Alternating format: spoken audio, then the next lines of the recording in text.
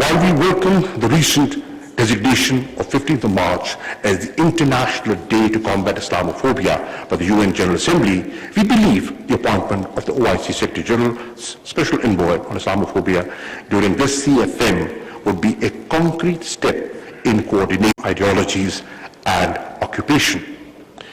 Distinguished delegates, to forge partnerships for development, the OIC countries must mobilize international support for a comprehensive strategy that should include: 1. Vaccine equity. Everyone, everywhere must be vaccinated against COVID-19. 2. Increased development financing. This can be ensured through comprehensive debt relief and restructuring, expanded ODA, redistribution of at least half of the unutilized SDRs to developing countries, and provision of the promised climate finance. 3rd, accelerated climate action. The agreement reached at Glasgow must be the baseline for future discussions. The OIC must call for additional commitments by the international community to achieve the agreed mitigation targets, support for adaptation and loss and damage in developing countries due to climate change. 4. The resolute action against illicit financial flows, corruption, and illegal transfer of assets have adversely impacted many Muslim countries, including Pakistan. The OIC countries must develop a comprehensive legal framework to halt and reverse the illicit financial flows and stop this grave economic injustice. We must call for the implementation of the recommendations of the UN Secretary General's FACTI panel. Excellencies, ladies and gentlemen, underdevelopment, poverty, and corruption remain serious threats to the future security and stability of our societies. In an era of economic and financial unpredictability, development partnerships among OIC member states would be of vital importance. OIC member states have tremendous natural and human resources which must be utilized effectively through trade, joint research and development projects, trainings, and investment. To promote research and technological innovation in the Muslim world, we need to synergize the Muslim scientific and intellectual pool and fully utilize the platform of COMSTEC to achieve the OIC STI Agenda 2026. We also need to take advantage of a preferential system of trading among the OIC member states. In this regard, the framework agreement needs to be ratified expeditiously by OIC.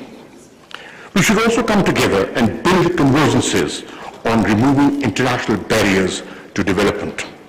Our common ground on the need to reform the global economic architecture will strengthen the voices calling to make it equitable. Distinguished delegates, before I conclude, I would like to draw your attention to the situation in Afghanistan. While the progress we made at the extraordinary session of the CFM on Afghanistan was timely, we need to build on them. Addressing the humanitarian crisis in Afghanistan and preventing a collapse of the Afghan economy must remain our top priorities. In doing so, we must encourage and support the efforts of the Afghan authorities to eliminate Daesh. Effective strategies are also needed to deal with other terrorist groups in Afghanistan like TTP, ETIM, IMU, and Al-Qaeda. We must guard against spoilers that wish to continue destabilizing Afghanistan and using its territory to promote terrorism. A peaceful, stable, inclusive, prosperous, and connected Afghanistan is in the best interests of us all. Ladies and gentlemen, the time has come for OIC to strengthen and equip itself to address contemporary challenges and conflicts confronting the Muslim Ummah. Pakistan stands ready to play its part as a bridge builder in promoting regional and OIC-driven solutions to these conflicts and disputes. With the hope and prayer for true OIC unity and solidarity, I thank you all.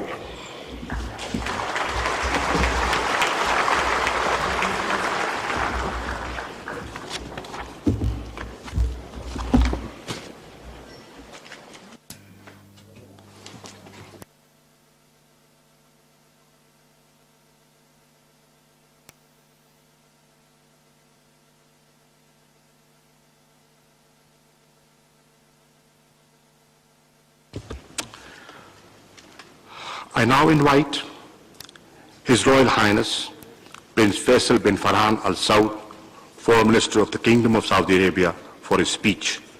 He will speak on behalf of the OIC Summit Chair.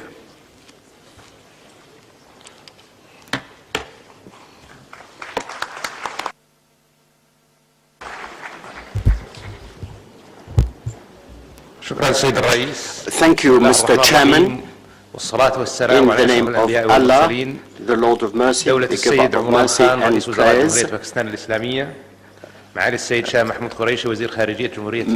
His Excellency Makhdoom Shah Mahmood Qureshi, Foreign Minister of the Islamic Republic of Pakistan, the Secretary General of the OIC, dear participants, I wish to express my thanks for the Islamic Republic of Pakistan for the lavish hospitality accorded to us.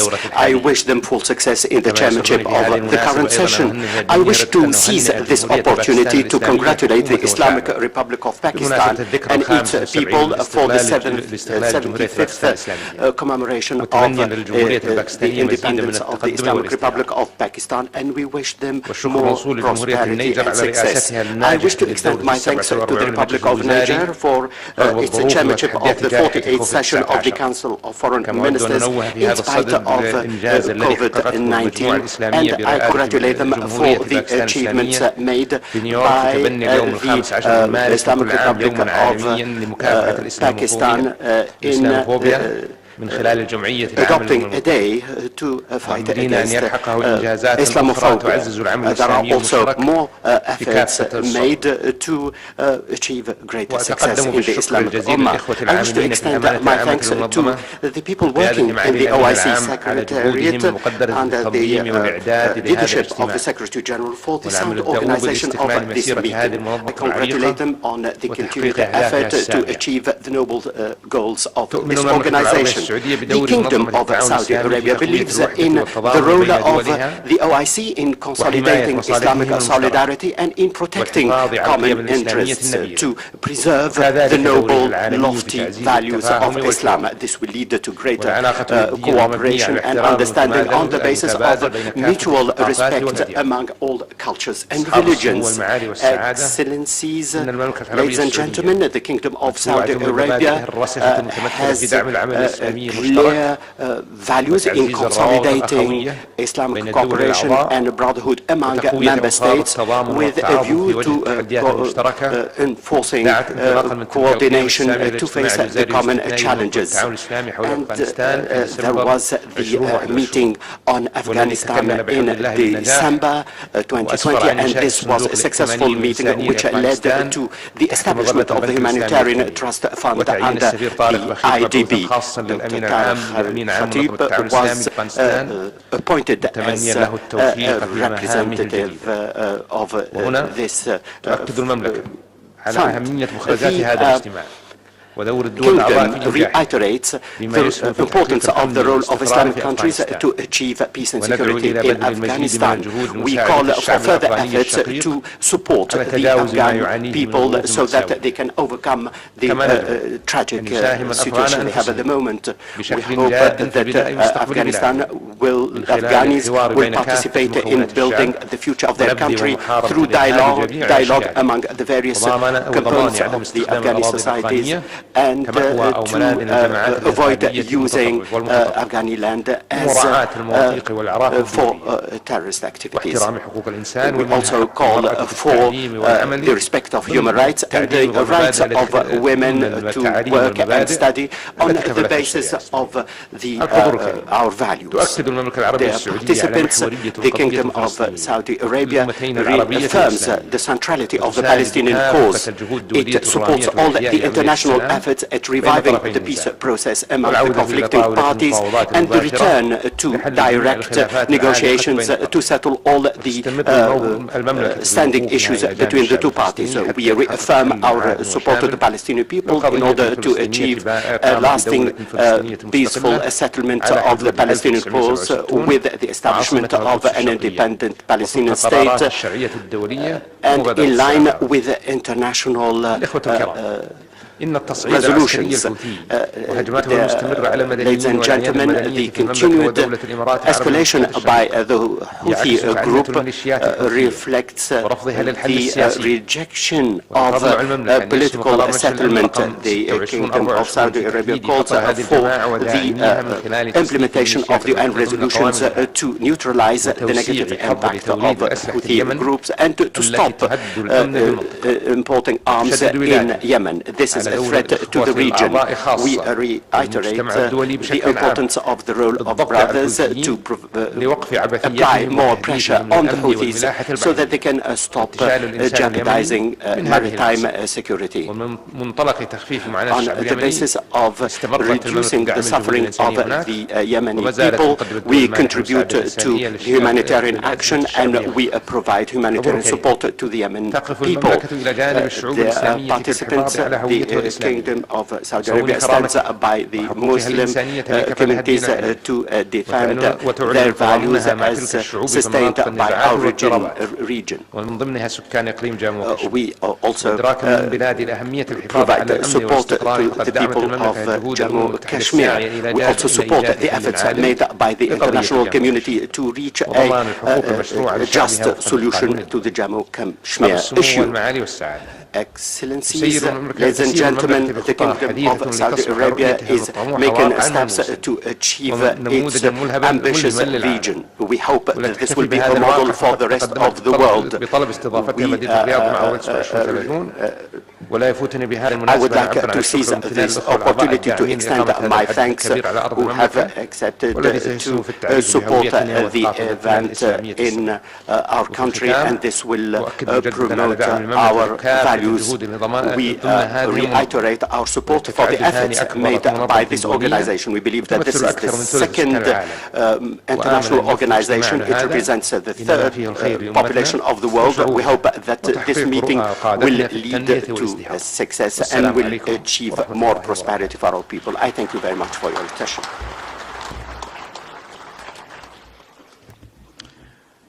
Thank you, Brother Faisal, for your speech. I now invite the Honorable Secretary General of the Organization of Islamic Countries, His Excellency Mr. Hassan Brahim Taha, for his statement.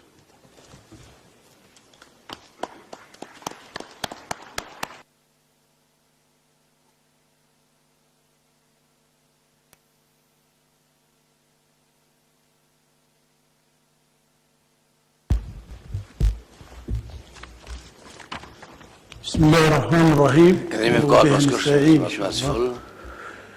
Altesse, Your Highnesses, Excellencies, Mesdames et Messieurs, honorable ladies and gentlemen, il m'est agréable tout d'abord d'exprimer à mon nom personnel et celui de l'Organisation de la coopération islamique mes sincères remerciements et ma gratitude au gouvernement et au peuple de la République islamique du Pakistan pour l'accueil chaleureux qui nous a été réservé et pour la sérieuse coopération de la soigneuse coordination que nous avons constatée dans la préparation de cette 48e session du Conseil des ministres des Affaires étrangères de l'OCI. Tout en félicitant la République islamique du Pakistan pour sa présidence de cette importante session, je tiens à vous témoigner ma reconnaissance pour son engagement résolu en faveur de l'Organisation de la coopération islamique et pour ses rapports précieux dans le renforcement de l'action islamique commune. ce qui ne manquera pas de garantir les succès de la présente session. C'est pour nous un réel motif de satisfaction de voir cette 48e session coïncider avec la célébration du 75e anniversaire de l'indépendance de la République islamique du Pakistan, tout en lui adressant nos meilleurs vœux. Nous partageons cette célébration et la félicitons pour les réalisations de son peuple et pour les défis remportés à la faveur d'une forte volonté et d'une détermination sans faille. Nous lui souhaitons progrès et prospérité continue. Je voudrais également saluer la République du Niger pour les efforts ô combien louables déployés tout au long de son mandat à la présidence de la 47e session du Conseil des ministres des Affaires étrangères de l'OCI, dans une conjoncture difficile, marquée par la pandémie de la Covid-19, un mandat couronné d'un franc succès et qui a donné un nouvel élan à l'action islamique commune. Je ne saurais omettre en cette circonstance de rendre un vibrant hommage au Royaume d'Arabie Saoudite, pays du siège et président de la 14e conférence islamique au sommet, pour son soutien permanent aux activités de l'organisation et au travail du secrétariat général sous la généreuse sollicitude du serviteur de 200 mosquées, le roi Salman bin Abdelaziz Al Saoud, et de son Altesse royale, le prince Mohammed bin Salman, son prince héritier et vice-premier ministre, puisse Allah le préserver. Altesse, Excellences, Mesdames et Messieurs, qu'il me soit permis de vous retirer ainsi qu'à vos gouvernements mes remerciements et ma gratitude pour le soutien que vous m'avez apporté en assumant les fonctions de secrétaire général de notre prestigieuse organisation et de vous rassurer de mon engagement résolu à œuvrer dans le respect des dispositions de la charte de notre organisation, à défendre les causes de la Oumma islamique et à me conformer aux décisions des résolutions adoptées par le sommet islamique et le Conseil des ministres des Affaires étrangères. Altesse, Excellences, Mesdames et Messieurs, je voudrais souhaiter la bienvenue aux distingués représentants des États de l'organisation internationale et régionale, partenaires de l'organisation de coopération islamique. Leur présence témoigne de l'intérêt qu'ils accèdent au rôle de notre organisation dans la contribution à la paix, à la sécurité et au développement dans le monde. L'OCI se félicite du dialogue et des liens de coopération qu'elle entretient avec eux. Altesse, Excellences, Mesdames et Messieurs, notre présente session se tient sous le thème des partenariats pour l'unité, la justice et le développement. Un thème qui vient à point nommé refléter les aspirations de nos populations et leurs attentes vis-à-vis de l'organisation de coopération islamique en cette conjoncture délicate dans laquelle la Oumma islamique se trouve confrontée à moult défis politiques, sécuritaires et de développement. Aujourd'hui, la cause palestinienne, question centrale pour l'organisation, continue de se heurter à des défis dangereux, dont tout particulièrement la persistance des politiques d'occupation israélienne fondées sur la colonisation, la judaïsation de la ville de Quds et l'agression contre les lieux sacrés, en particulier la mosquée de l'Aqsa. Outre la poursuite de meurtres, de confiscation de terres, de la démolition des maisons, des arrestations arbitraires, de la discrimination raciale, de l'apartheid et du nettoyage ethnique à l'encontre du peuple palestinien, qui constitue dans leur ensemble une violation flagrante des législations, conventions et résolutions internationales pertinentes. Aussi, la persistance de tels crimes et agressions israéliens contre le peuple palestinien, sa terre et ses lieux saints, nous commande-t-elle de renforcer l'esprit de solidarité et d'action islamique commune et de redoubler davantage l'effort diplomatique auprès des instances internationales en faveur des droits du peuple palestinien et de contrer avec fermeté la responsabilité de toute tentative visant à changer le statut historique et juridique de la ville d'Al-Quds en application des résolutions pertinentes adoptées par le sommet islamique et des conseils ministériels successifs. La question du Jammu et Cachemire est une autre question juste qui attend une solution depuis longtemps et qui nous préoccupe profondément au vu des développements qu'elle connaît, particulièrement à la suite des actions illégales et unilatérales entreprises par l'Inde le 5 août 2019, visant à modifier le statut du Jammu et Cachemire occupé par l'Inde. Au mois de novembre dernier, une délégation de haut niveau du secrétariat général de l'OCI, conduite par le secrétaire général adjoint aux affaires politiques, représentant spécial pour Jammu et Cachemire, avec la participation du secrétaire général adjoint aux affaires humanitaires, culturelles et sociales, a effectué une visite officielle au Pakistan et à Asad, Jammu et Cachemire, dans le cadre de la mise en œuvre du mandat confié au secrétariat général en vertu de la résolution 1047-Paul sur les différends de Jammu et Cachemire adoptés par le Conseil des ministres des Affaires étrangères. Le rapport de cette mission est soumis à votre attention. L'OCI est ainsi appelé à redoubler d'efforts en vue de soutenir le droit des peuples du Jammu et Cachemire, y compris son droit à l'autodétermination, conformément aux résolutions du Conseil de sécurité des Nations Unies. Les développements de cette question seront examinés par le groupe de contact sur Jammu et Cachemire qui se réunira ici à Islamabad en marge de nos précédentes assises. En ce qui concerne l'Afghanistan, j'ai suivi tous les aspects liés et la mise en œuvre des résolutions issues de la 17e session ministérielle extraordinaire tenue à Islamabad le 19 décembre 2021. À cet égard, j'ai assuré avec mon envoyé spécial pour l'Afghanistan la coordination nécessaire avec la Banque islamique de développement qui a gracieusement préparé le cadre juridique et la structure du fonds fiduciaire décidé par le Conseil ministériel. Le fonds sera officiellement lancé en marge de cette réunion. D'autre part, j'ai dépêché mon envoyé spécial en Afghanistan.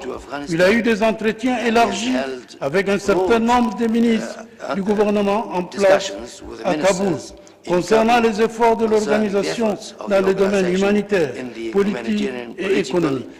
Je soumets à votre attention un rapport spécial sur les progrès réalisés dans la mise en œuvre de la résolution sur la situation humanitaire en Afghanistan et sur les aspects liés à cette première visite. Je continuerai donc à dialoguer avec les autorités en place en Afghanistan, avec les partenaires internationaux, dans le but de réaliser la paix, la sécurité et le développement dans ces pays membres de l'organisation. Pour ce qui est de l'agression de la République de l'Arménie contre la République d'Azerbaïdjan, et bien que d'autres tripartites conclus entre l'Azerbaïdjan, l'Arménie et la Fédération de Russie le 10 novembre 2020 ait mis fin aux hostilités, la République d'Azerbaïdjan a exprimé sa préoccupation face au non-respect pour la République d'Arménie par la République d'Arménie et ses obligations telles que stipulées dans l'accord tripartite. Le secrétariat général, qui a constamment confirmé le soutien de l'organisation au règlement du conflit conformément aux décisions et résolutions du Conseil islamique, du Conseil des ministres et du Conseil de sécurité des Nations Unies, continuera de suivre cette question avec intérêt. Altesse, Excellences, Mesdames et Messieurs, la situation au Yémen reste une source de profonde préoccupation pour notre organisation qui s'est engagée à soutenir l'unité, la souveraineté, l'indépendance et l'intégrité territoriale du Yémen, ainsi que la solution politique au conflit sur la base de trois référentiels, à savoir L'initiative du Conseil de coopération des États arabes du Golfe et ses mécanismes exécutifs, les conclusions de la conférence de dialogue national yéménite et les résolutions de la légalité internationale, en particulier la résolution 2216-2015 du Conseil de sécurité des Nations Unies.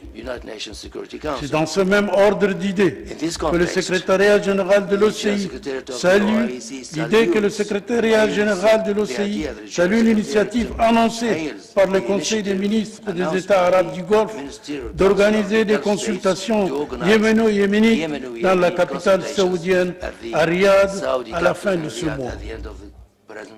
L'initiative qui permettra de combler le fossé entre les frères yéménites et de s'engager pour arrêter l'effusion du sang, afin de parvenir à une solution politique durable mettant un terme au conflit au Yémen et asseoir la sécurité et la stabilité dans la région.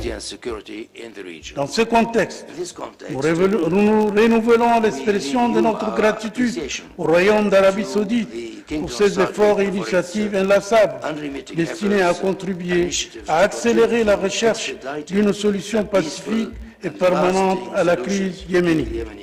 Je tiens également à rassurer le Royaume d'Arabie Saoudite et l'État des Émirats arabes unis de la solidarité de notre organisation face aux attaques répétées et condamnables lancées par la milice Houthi contre les civils et des installations à caractère civil par des drones. Au cours de sa période écoulée, les développements en Libye, au Soudan et en Somalie ont fait l'objet d'un suivi continu par le secrétariat général, lequel a encouragé toutes les parties concernées à adopter le dialogue. Aujourd'hui, nous les encourageons à redoubler d'efforts pour surmonter les divergences et jeter les bases de l'entente, de la sécurité, de la paix, de la stabilité et du développement, et à faire prévaloir l'intérêt supérieur de leur peuple. En ce qui concerne la Syrie, le secrétariat général continue de soutenir les efforts des Nations Unies pour parvenir à une solution pacifique à la crise, conformément à la déclaration de Genève et aux résolutions permanentes du Conseil de sécurité. S'agissant de l'Irak, la tenue en octobre 2021 d'élections législatives anticipées représente l'un des développements positifs et encourageants que nous avons enregistrés et salués. Comme vous le savez, les défis politiques, sécuritaires, humanitaires et de développement auxquels font face les pays du Sahel central, Burkina Faso, Mali et Niger, et du bassin du lac Tchad, Cameroun, Tchad, Niger et Nigeria, ainsi que la République centrafricaine, le Mozambique et la Guinée, revêtent un intérêt important pour l'OCI. Nous soulignons la nécessité d'accroître les efforts pour parvenir à la paix et à la stabilité escomptée dans ces régions et appeler les États membres et les institutions de l'OCI ainsi que les partenaires internationaux à aider ces régions à relever les défis auxquels elles font face. C'est dans ce cadre, afin de donner un nouvel élan au rôle de notre organisation en Afrique, y compris dans la région du Sahel et du lac Tchad, que je me suis rendu au début du mois courant au Tchad, au Cameroun, au Niger et au Sénégal, et j'ai pu m'entretenir avec les dirigeants de ces pays à propos de la situation dans ces régions et des voies et moyens de renforcer le soutien de l'organisation aux pays concernés. D'autre part, une délégation de haut niveau du secrétariat général, conduite par le secrétaire adjoint aux affaires politiques, le Dr Abdoulaye, s'est rendue à Abuja pour s'entretenir avec les responsables de la commission de la CEDEAO des voies et moyens de renforcer la coopération et la coordination des efforts pour contribuer à la paix, à la sécurité et au développement dans la région. Le renforcement du rôle positif de notre organisation en Afrique requiert aussi la nomination d'un envoyé spécial. À cet effet, je recommande à votre auguste conseil de nommer le docteur Nasir Arifari, ancien ministre des Affaires étrangères du Bénin, comme l'envoyé spécial du secrétaire général pour l'Afrique, et j'espère qu'il bénéficiera de votre soutien. Altesse, Excellences, Mesdames et Messieurs, la République de Bosnie vit une situation préoccupante en raison de la tendance séparatiste de certains partis de la composante serbe et de leur rejet des réformes qui requièrent l'appui de l'OCI à la République de Bosnie-Herzégovine pour l'aider à préserver son unité, son intégrité territoriale, sa souveraineté et sa stabilité et sa prospérité. Notre organisation exprime également son plein appui aux efforts en faveur d'un règlement global et juste de la question chypriote et sa solidarité avec les Chypriotes turcs musulmans, conformément aux résolutions pertinentes de l'OCI. Altesse, Excellences, Mesdames, Messieurs, le bien-être et la défense des droits des communautés et minorités musulmanes dans les États non-membres, conformément aux principes et aux objectifs consignés dans la charte de l'organisation, sont également une priorité dans l'action de notre organisation. Nous comptons accroître nos efforts à cette fin, notamment à travers les visites et les dialogues avec le gouvernement des pays concernés. Dans ce contexte, nous exprimons notre profonde préoccupation face à la situation des Rohingyas et appelons la communauté internationale à agir de manière efficace et de toute urgence pour assurer les conditions propices au retour volontaire sûr, digne et durable de tous les réfugiés et déplacés internes Rohingyas dans leur patrie d'origine.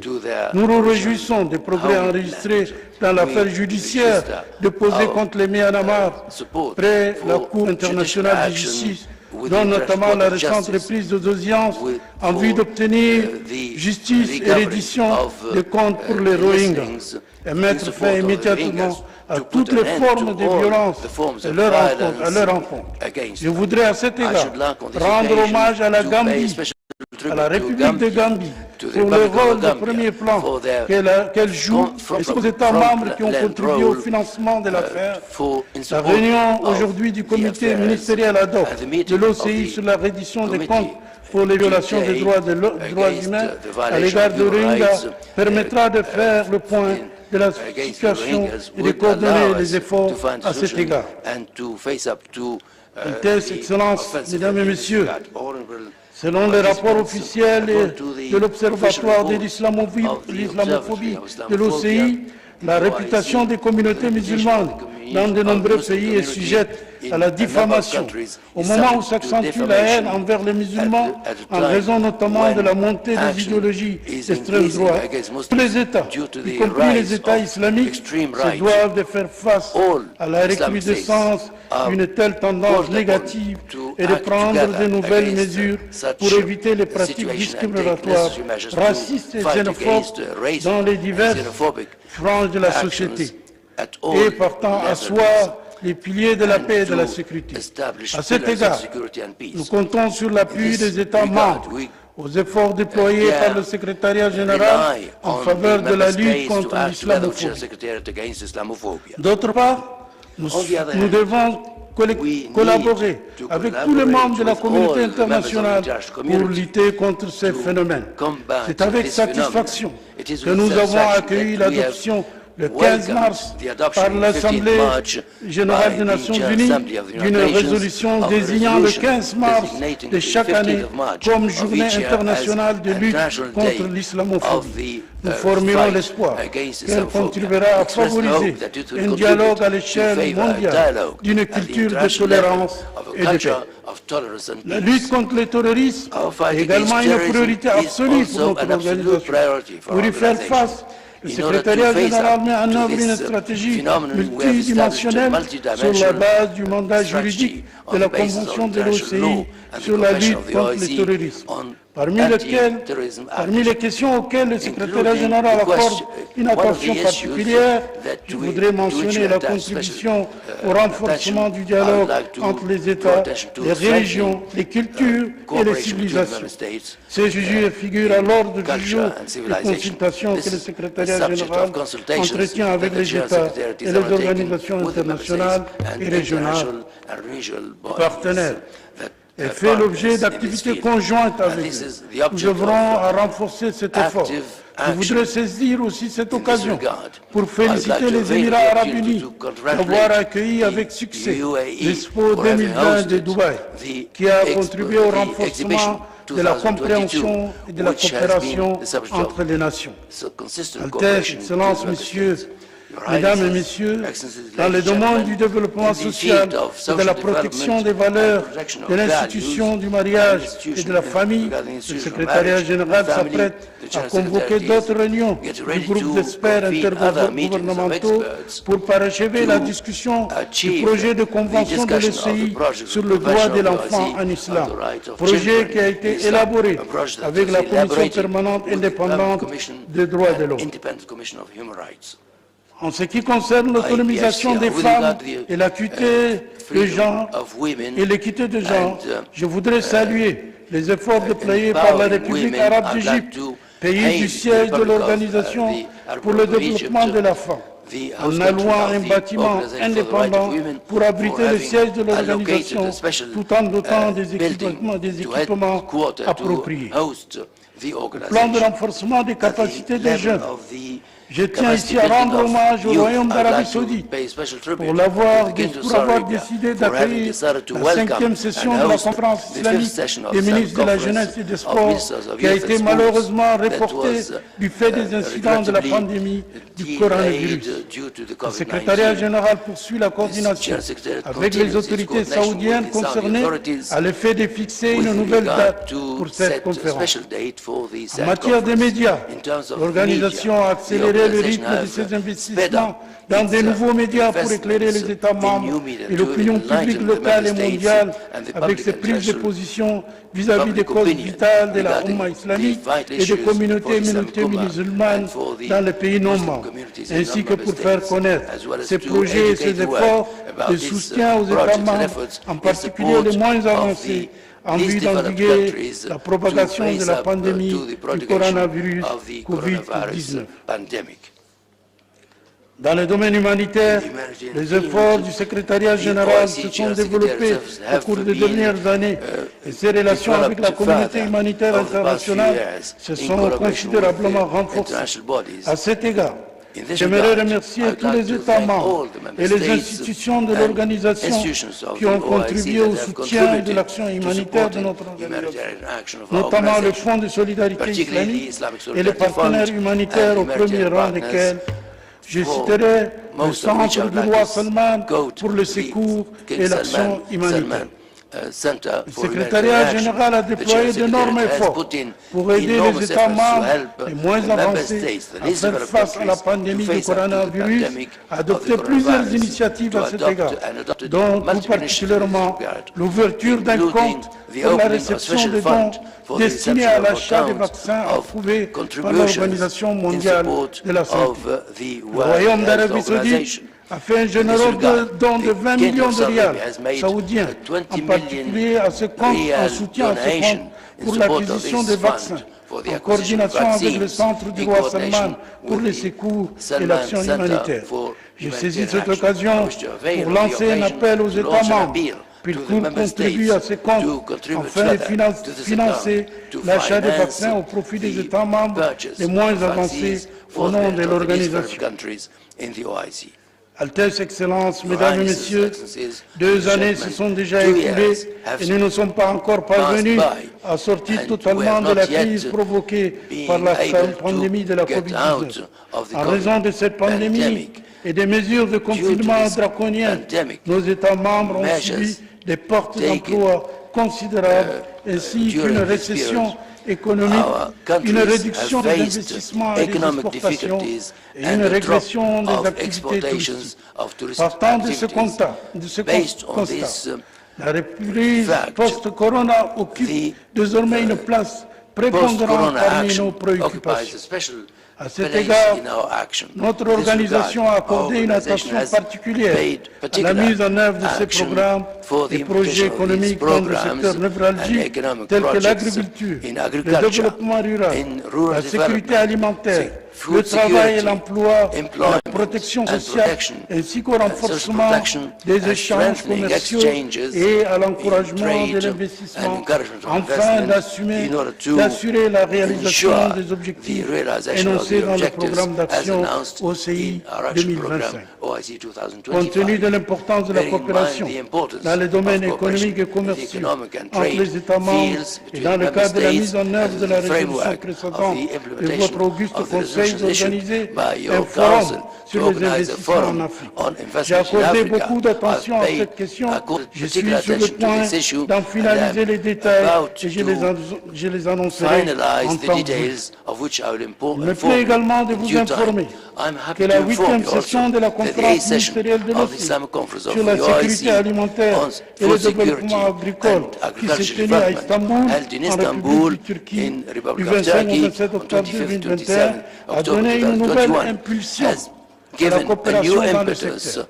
Les ministres ont approuvé 3 programmes d'action de l'OCI pour le développement des produits agricoles et stratégiques tels que le riz, le blé et le manioc. Dans le même ordre d'idées, la 11e session de la conférence islamique des ministres du tourisme et la 5e session de la conférence islamique des ministres du Travail que nous espérons seront organisées cette année, respectivement en Azerbaïdjan et aux Émirats arabes unis, permettront aux États membres de notre organisation de faire le point sur la situation actuelle dans ce secteur et d'élaborer une stratégie commune permettant de relever les défis et d'atténuer les incidences négatives de la pandémie du coronavirus sur le secteur du tourisme et du travail. Excellences, Mesdames et Messieurs, l'OCI a intensifié ses efforts en faveur du renforcement de la coopération entre les États membres afin de faire progresser son agenda dans le domaine de la science, de la technologie, de l'enseignement supérieur, de la santé, de l'eau et de l'environnement en tant que piliers fondamentaux de la stratégie de l'OCI pour l'éradication de la pauvreté, de la maladie, de l'analphabétisme et de l'extrémisme. Je me réjouis donc de rappeler le 2e sommet de l'OCI sur la science et la technologie, tenu virtuellement le 16 juin 2021, a fait le point sur les étapes franchies par les États membres en termes d'intégration des services des sciences, de la technologie, de l'innovation dans leur politique et stratégie nationale. Il ne fait donc aucun doute que la fourniture d'un enseignement de qualité est la première étape de la croissance économique, de la réduction de la pauvreté et des disparités. Les 4 universités parrainées par l'OCI jouent un rôle déterminant dans l'éducation de près de 25 000 étudiants et étudiantes des États membres.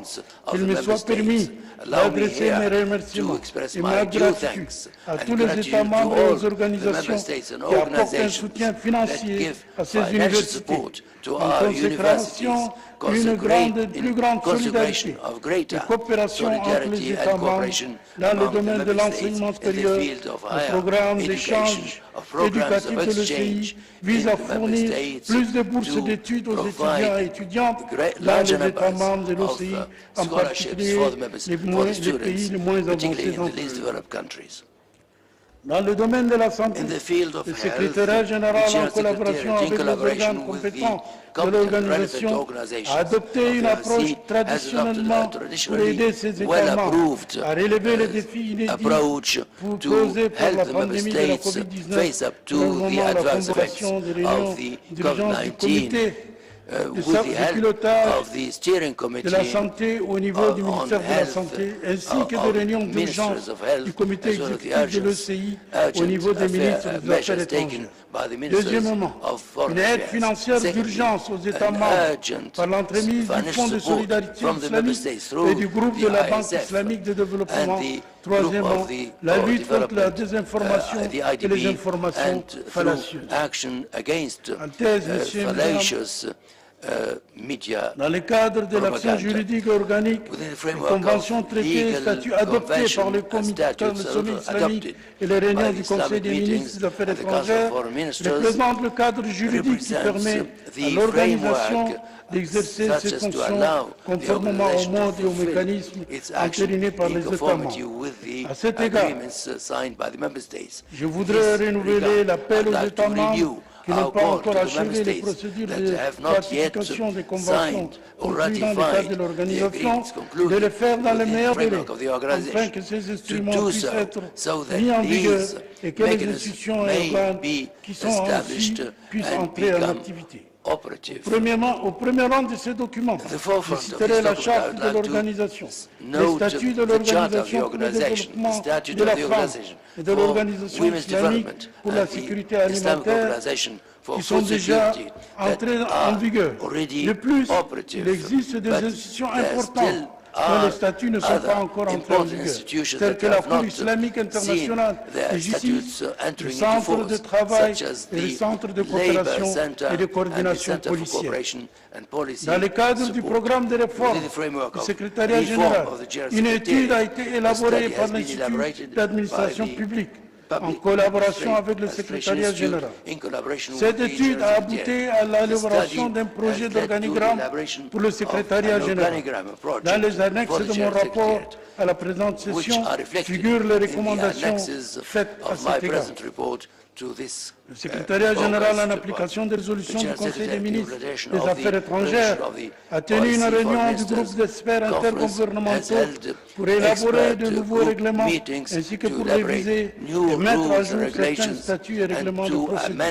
Le secrétariat général a élaboré un projet de règlement régissant le travail des groupes de contact de l'organisation et un autre groupe de règlement régissant le travail des missions de l'OCI à l'étranger. Le mode de travail du comité des représentants permanents, le statut du personnel et les règles d'attribution du prix de l'OCI. Altesse, Excellences, Mesdames, Messieurs, les demandes de l'obtention du statut d'observateur ou des statuts consultatifs auprès de l'OCI se multiplient de jour en jour. En témoigne le nombre important de ces demandes reçues par le secrétariat général de la part de certains pays non membres, d'organisations internationales et d'organisations humanitaires. Nous nous réjouissons de cet intérêt. À cette occasion, je forme l'espoir de bénéficier de votre aide pour trouver la formule appropriée pour l'octroi du statut d'observateur et du statut consultatif aux pays et organisations requérants dans le cas où le demandeur remplit les exigences et les critères énoncés dans les règlements régissant ces cadres conformément au mandat qui nous a été confié par la 14e conférence islamique au sommet et le Conseil des ministres des Affaires étrangères. Le programme de l'action OCI 2025, adopté par la 13e conférence islamique au sommet, constitue le cadre optimal rassemblant les objectifs et les activités touchant les domaines vitaux pertinents à tous les États membres. Des efforts concertés doivent être déployés par tous pour une mise en œuvre efficace du dit programme. Un examen à mi-parcours de la mise en œuvre du programme devrait être finalisé cette année. J'invite les États membres à bien vouloir fournir au CESRIC, dans les meilleurs délais possibles, les données statistiques nécessaires pour pouvoir mener à bien cet exercice important qui permettra d'évaluer l'état d'avancement de la mise en œuvre du programme d'action.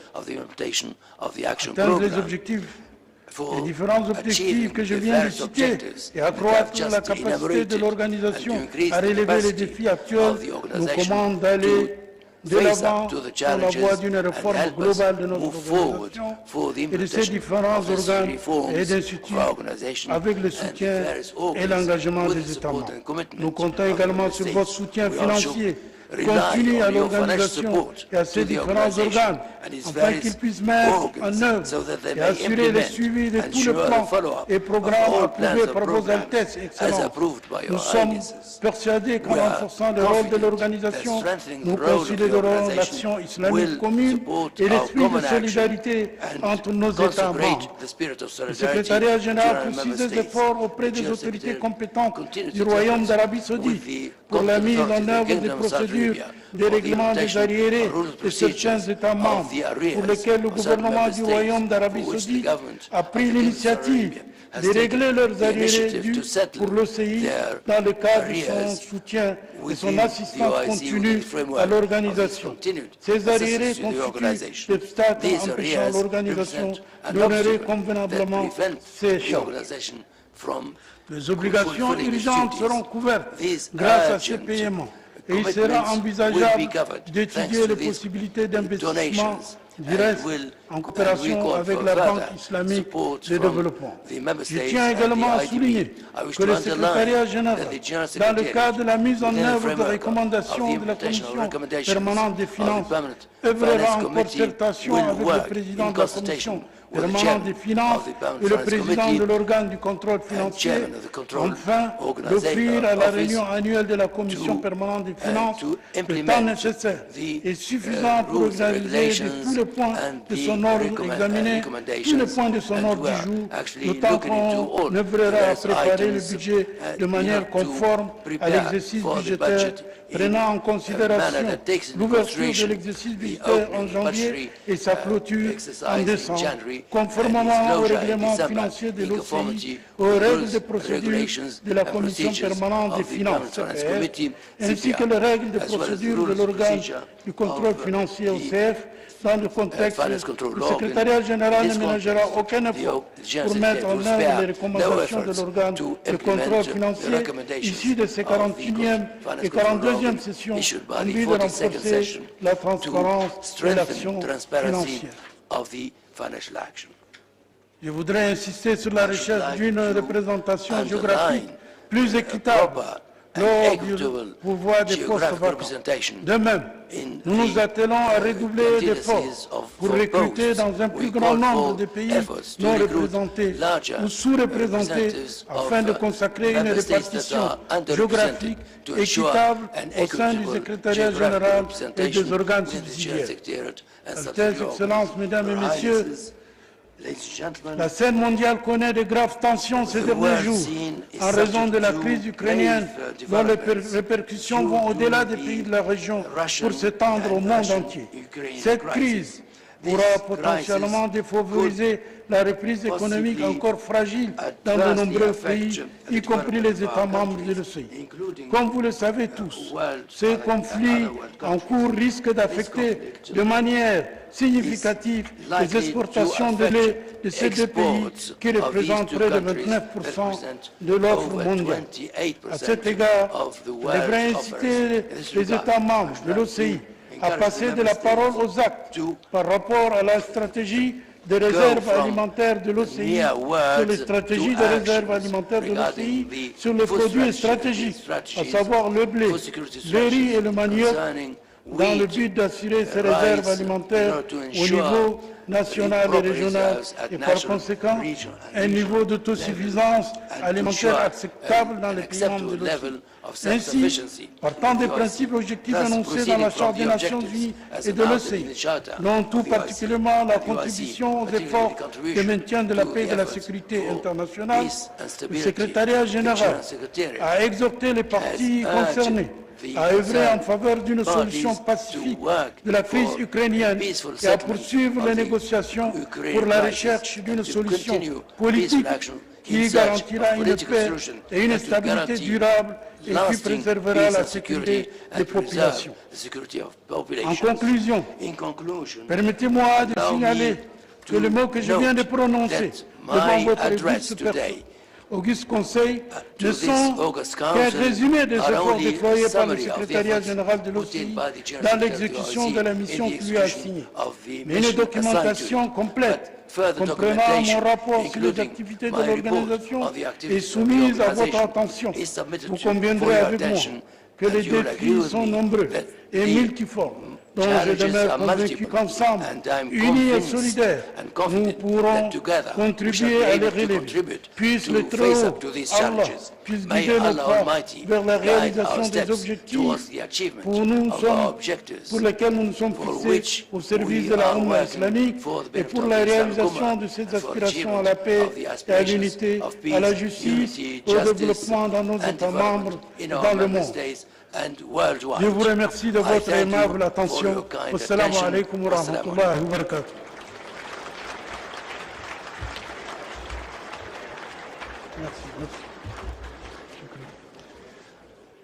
Thank you, Mr. Secretary General, for your valuable remarks.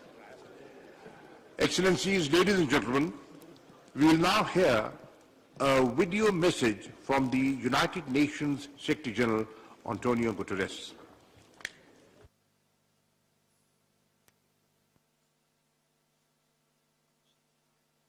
Excellencies, as you gather in Pakistan, I'm pleased to send my greeting to the meeting of the Organization of Islamic Cooperation Council of Foreign Ministers. The United Nations, the OIC, enjoy a close, decades-long relationship rooted in trust and based on the shared belief in the values of multilateral cooperation, dialogue, and solidarity. Across Asia, the Middle East, Africa, and beyond, our two organizations have worked together to nurture a culture of peace, tolerance, and understanding. In recent years, we have successfully deepened our collaboration on key areas of mutual concern, including mediation, countering terrorism, preventing violent extremism, combating anti-Muslim hatred, and promoting religious tolerance. Today, the imperative to join forces, devise common strategies, and draw on our competitive advantages is more urgent than ever. In my recent report on our common agenda, I have offered proposals guided by the beacon of the Charter to update global governance, better manage risks and threats, and build a safer, more resilient and inclusive world set out in the 2030 Agenda for Sustainable Development. Challenges abound, from the war in Ukraine and its global ramifications to growing inequalities and proliferating assaults on human rights. Developing countries, in particular, face crises on so many fronts. Vast inequity is blocking recovery, poverty is deepening, and countries are paralyzed by debt and liquidity issues. We must reform a morally bankrupt global financial system, and we must make sure that all countries have the resources they need to recover from the pandemic, build resilience against climate shocks, and support the Sustainable Development Goals. Only together, in unity, with partners at all levels, can we confront shared challenges and create a better future for all. Thank you.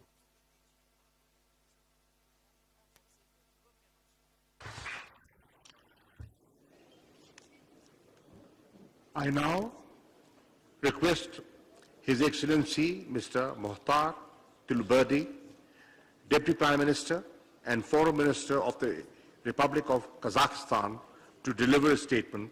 He will be speaking on behalf of the Asia Group of the OIC member states.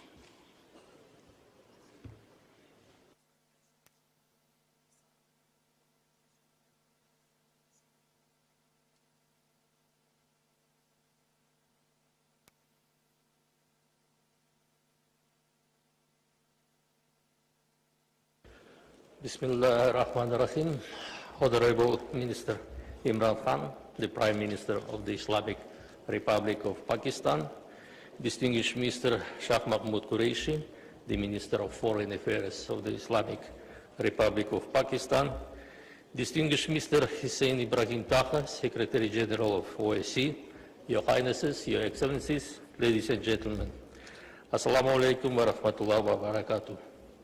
First of all, on behalf of the Asian Group of the Organization of Islamic Cooperation and on behalf of the delegation of Kazakhstan, allow me to express appreciation to the government of Pakistan for the cordial hospitality and excellent arrangement of today's OIC ministerial meeting, titled Partnership for Unity, Justice and Development. I would like to express special gratitude to the OIC General Secretariat for the preparation of this meeting.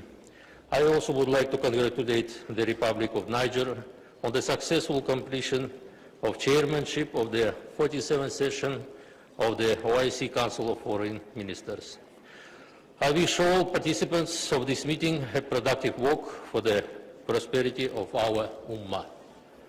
Dear colleagues, today on global scale, the world is going through a challenging period and undergoing significant changes. Military conflicts, confrontation between the West and the East, the Ukrainian crisis, the consequences of the pandemic, religious intolerance, instability in the financial and commodity markets, all of these have a negative impact on the performance of the global economy and security. We observe the continuation of such trends as multipolarity, economic globalization, informational advancement of society, multiculturalism, and transformation of the system of global governance and world order. The connectivity and interdependence of states is increasing, and we see growing trends of redistribution of the global balance of forces and increasing demand of global community for leadership related to the interest of peaceful and progressive development. Meanwhile, the situation with global and regional security is becoming more and more complicated with each passing day. Changes and threats are running rampant. The hybrid confrontation is expanding and fake news has become widespread, inciting ethnic, racial and religious discord, thus even further exacerbating the regional conflicts. These are followed by entrenching traditions of unilateral approaches to addressing international issues, that is, through the use of force. Such development contributes to growing practices of interference in the internal affairs of other states, infringing on the rights of sovereign advancement and simultaneously regional international cooperation. This ultimately hinders the progress of humankind and destroys trust as the foundation of stable peace. All these risks and threats are relevant for the Islamic world as well. Today, more than ever, the countries of the Islamic world and the OIC member states need unity and must defend their interest and position to preserve common values and provide all possible support and necessary assistance. And I believe that the subject of today's summit highlights the importance of this idea. Nowadays, Kazakhstan is creating a concept of new Kazakhstan. Recently, President Tokayev announced the large-scale and meaningful reforms which cover almost all areas of life of the country. They include initiatives aimed at political liberalization, plurality and openness.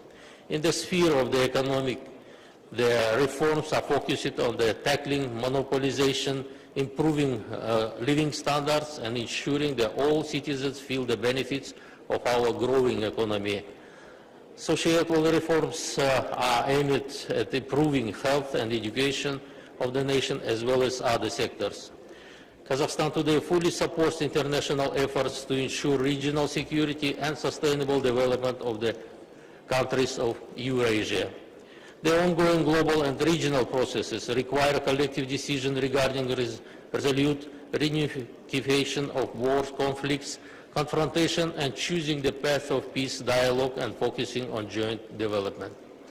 Against this backdrop, as an intergovernmental forum that brings together 27 member states, 9 observers and more than half of the world population with the established political dialogue, conference on interaction and confidence-building measures in Asia has a potential to become an effective tool for joint confrontation of new challenges and ensuring security and stability in the region. The key priority of Kazakhstan chairmanship at the SICA process is the transformation of the conference into a full-fledged international organization.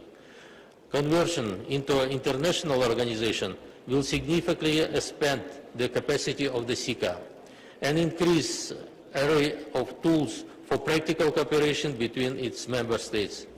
Within its chairmanship, Kazakhstan will hold the 6th SICA summit in Nur-Sultan on the 12th and 13th of November this year, which marks the 30th anniversary of the conference.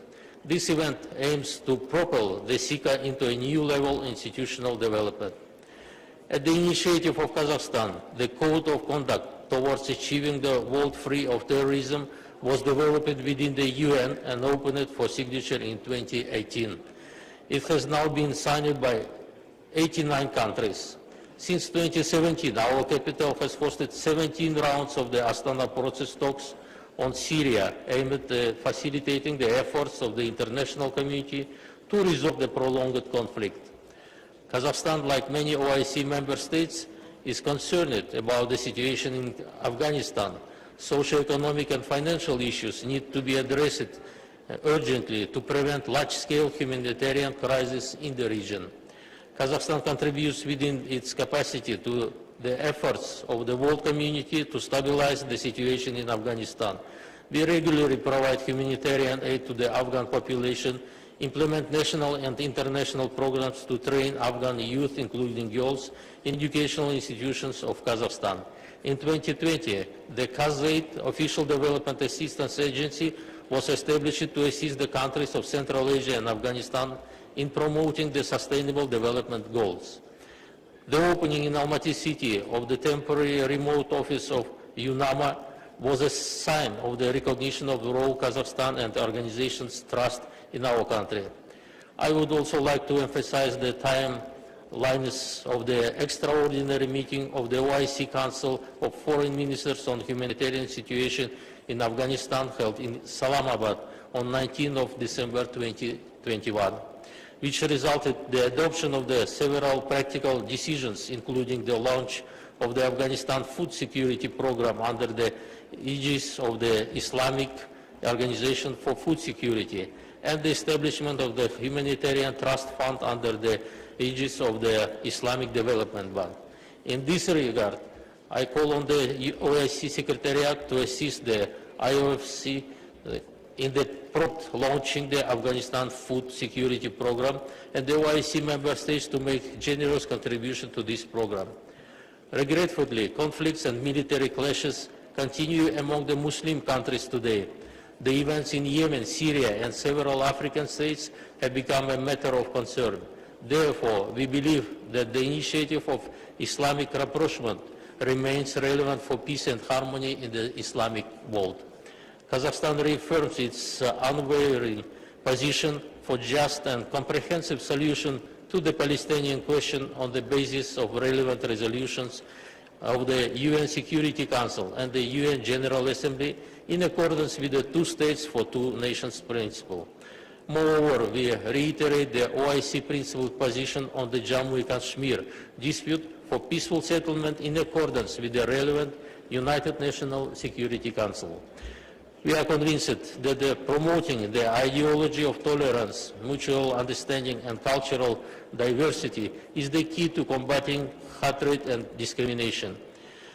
An example of interfaith dialogue is the Congress of Leaders of World and Traditional Religions, which has been held in Kazakhstan since 2003 and is attended by the leaders of the Islamic world and the Secretary General of the OIC. The next 6th Congress will be held in September 2022 in Kazakhstan. Distinguished participants, in the face of the new challenges, the further transformation of the organization is an important issue. Therefore, we need to swiftly conclude the process of reforming of the IC. In this context, we are grateful to Saudi Arabia, Turkey, and Bangladesh for their efforts and contribution for the holding of 2 expert group meetings on comprehensive reform of our organization. The combat against the COVID-19 pandemic and overcoming its consequences are still among the pressing issues on our cooperation agenda.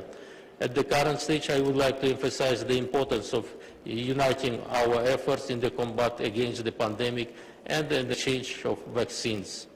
In addition, Kazakhstan, within its activity in the UN, initiated the establishment of the International Agenda for Biology Safety, which in future will contribute to the prevention of biological threats and the exchange of information on dangerous diseases. Comprehensive support for this initiative will allow our countries to take timely measures in the future. The pandemic, more than anything else, showed the urgent need for the development of science and technology in the Muslim world and beyond. At the first OIC Summit on Science and Technology held in September 2017 in Nur Sultan, Kazakhstan initiated the establishment of the OIC 15 group, which unites 15 leading Muslim countries in the field of science and technology to promote the potential of our Ummah in these areas. This year, Kazakhstan intends to hold a meeting of ministers of the OIC 15 group member states responsible for education, science and technology.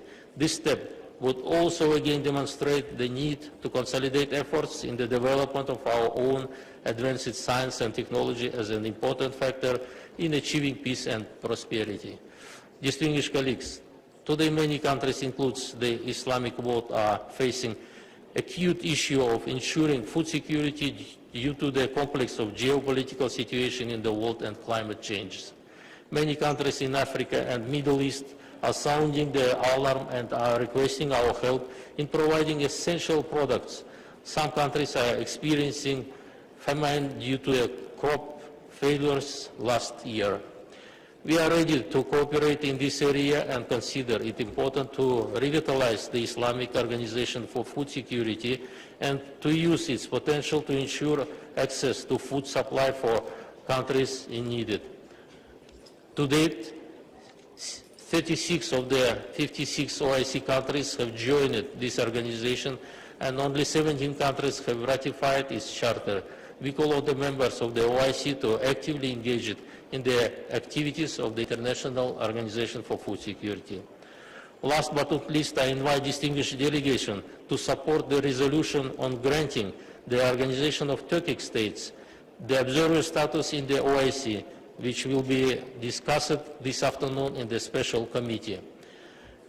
As a founding members of this organization, Kazakhstan is interested to enhance cooperation with important international organizations such as OIC. And we believe that strong partnership between OIC and different Asian regional organizations will increase the Islamic solidarity in the international arena and open a new avenue of cooperation. Availing this opportunity, I would like to inform that recently, on the 12th March this year, there was the early presidential election in the Turkmenistan, which, according to the international observers, was held in the fair, free and competitive atmosphere. As a result of election, His Excellency Mr. Serdar Berdimuhamedov, with the support of 73% of the electorate, has become a new president of Turkmenistan. Also, I will this opportunity to express on behalf of the Asian group the heartful congratulations to the government and the people of Pakistan on the occasion of the 75th anniversary of the independence of the Republic. And I wish peace and prosperity to the brotherly people of Pakistan. In conclusion, allow me to express the hope that all OIC will continue to advance its goals and objectives for the benefit of the entire Muslim Ummah. I wish all participants fruitful work at today's event, and thank you for your attention.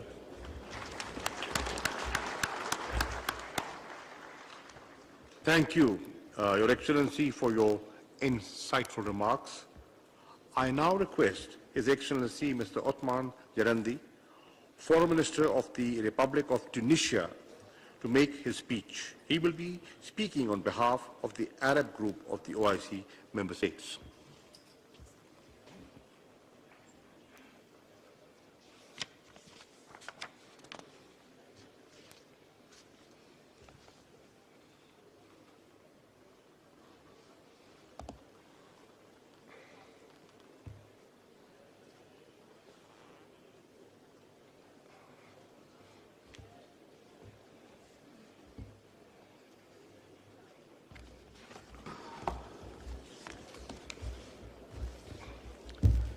بسم الله الرحمن الرحيم.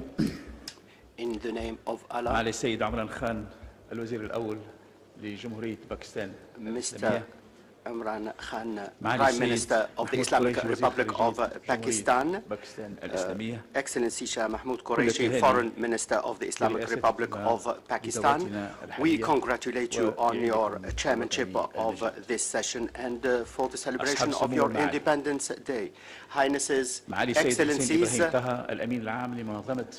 Excellency Mr. Hussein Ibrahim Taha, Secretary General of the OIC, ladies and gentlemen, on behalf of the Arab group, I'm pleased to extend my greetings to Shah Mahmoud Qureshi, Foreign Minister of the Islamic Republic of Pakistan, for the efforts deployed to consolidate joint Islamic action. I also extend my thanks to the Republic of Niger for its excellent chairmanship of the previous session of our Council.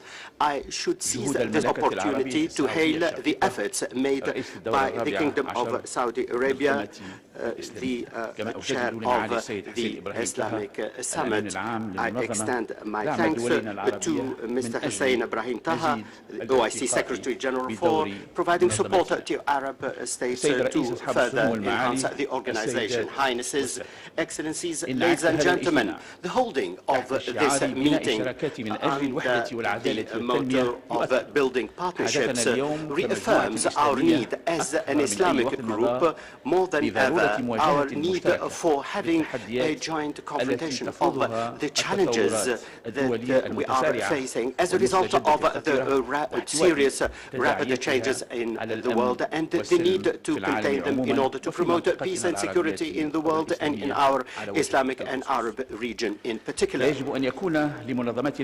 Our organization has a weight and needs a joint position in order to address the various international and regional issues on the basis of the principles and the values that bring us together and which we share. These require an urgent solution to all the causes on the basis of the same international standards. The Arab group reiterates the need to identify a political settlement to all the crises witnessed in our region and to make our voice heard and defend our causes in the international arena. This will deal with all the attempts that aim to destabilize our countries. The joint ties between us and our commitment to the values of justice require that we need to fulfill our responsibility to the Palestinian people to end the daily Israeli violation of the rights of Palestinians and the promotion of the settlement policies that will reduce the possibility of peace and reduce tension in the region. The Palestinian cause is at the forefront of our concerns. We call for a resumption of the peace process and the settlement of the issue on the basis of international resolutions and on the basis of the Arab and Islamic position. The same applies to Jammu and Kashmir. Here, we need to implement all the international resolutions. It is a just cause, and there is no doubt about that. The same applies to Yemen, and here we call on Yemen to go for a dialogue to settle the issue. We thank the Kingdom of Saudi Arabia for the valuable efforts in this regard. Terrorism and violent extremism are a common enemy that destabilize our countries.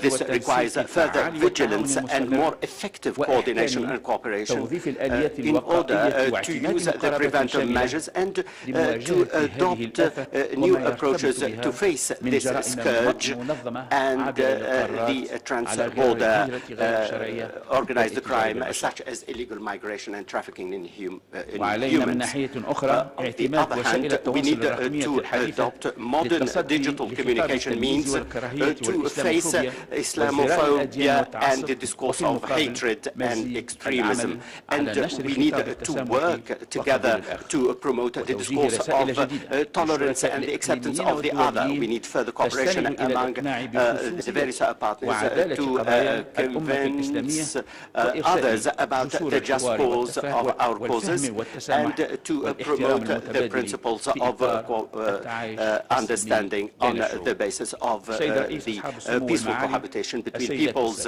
Highnesses, Excellencies, ladies and gentlemen, reinforcing peace and security in our Islamic region in the face of the exceptional challenges such as COVID-19, and in order to be able to deal with the Ukrainian issue, all of this requires further partnership at the economic and developmental levels, and our Arab financial institutions need to make more contributions, and the same applies to specialized organizations working in these areas. The aim is to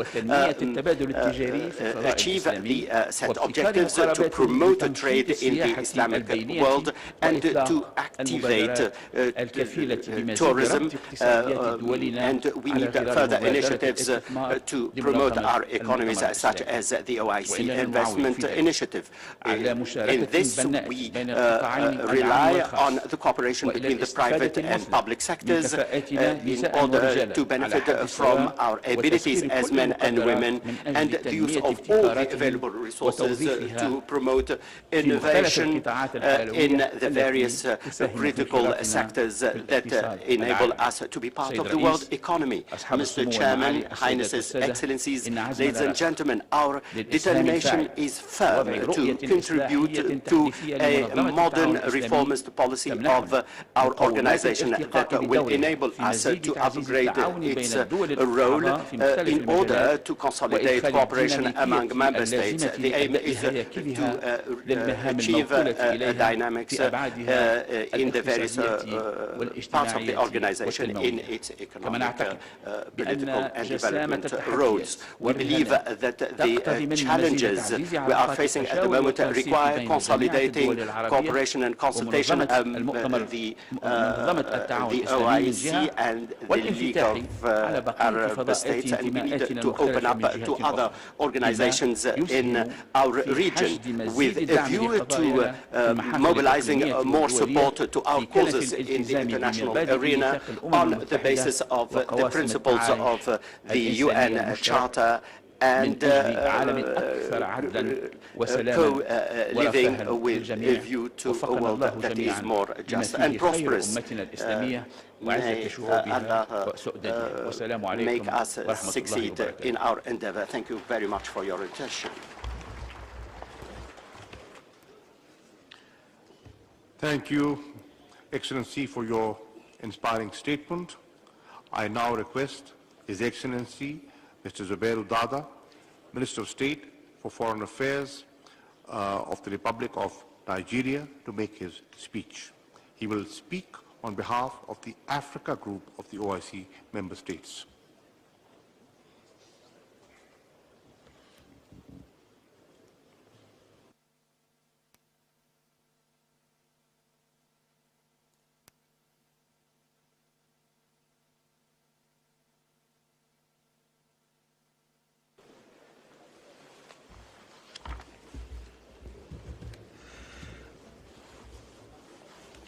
أعوذ بالله من الشيطان الرجيم بسم الله الرحمن الرحيم.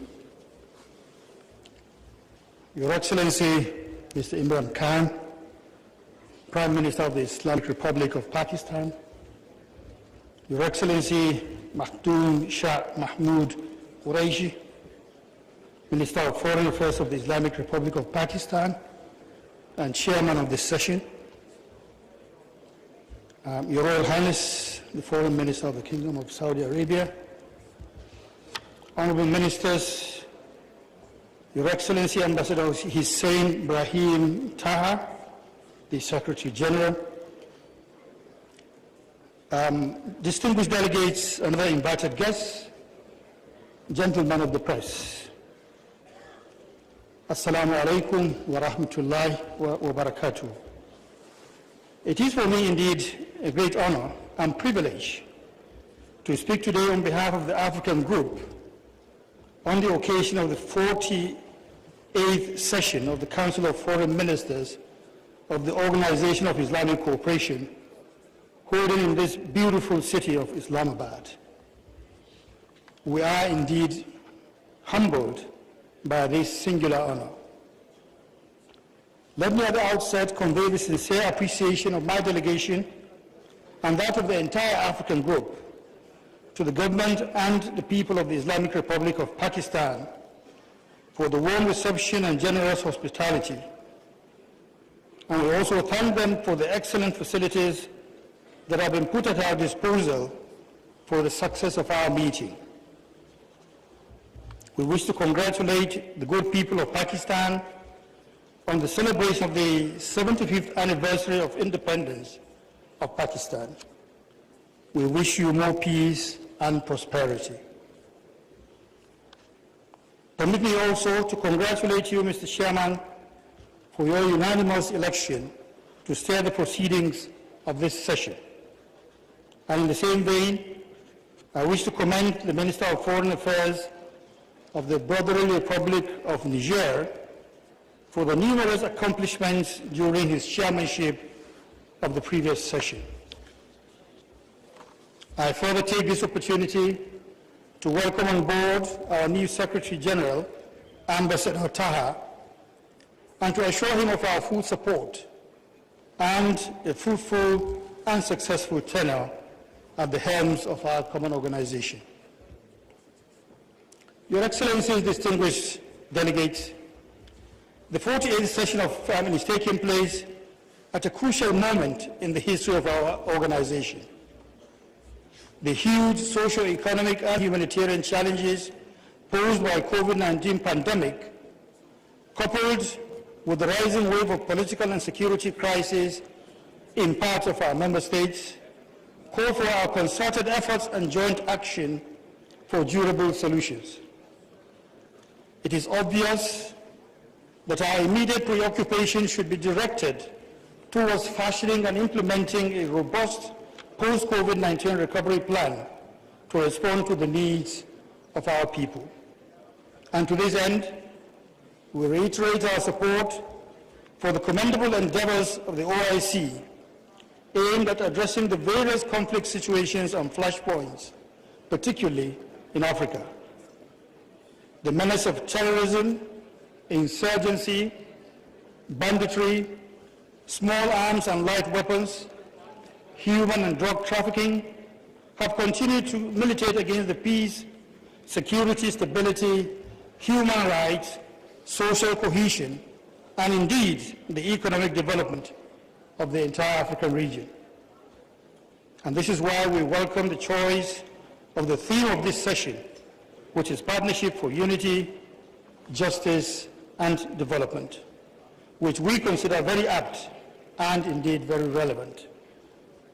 We believe that the 48th session will do justice not only to the numerous issues on this agenda, but also adopt appropriate and implementable resolutions to address our common and pressing challenges and fast-track recovery in our member states from the COVID-19 pandemic.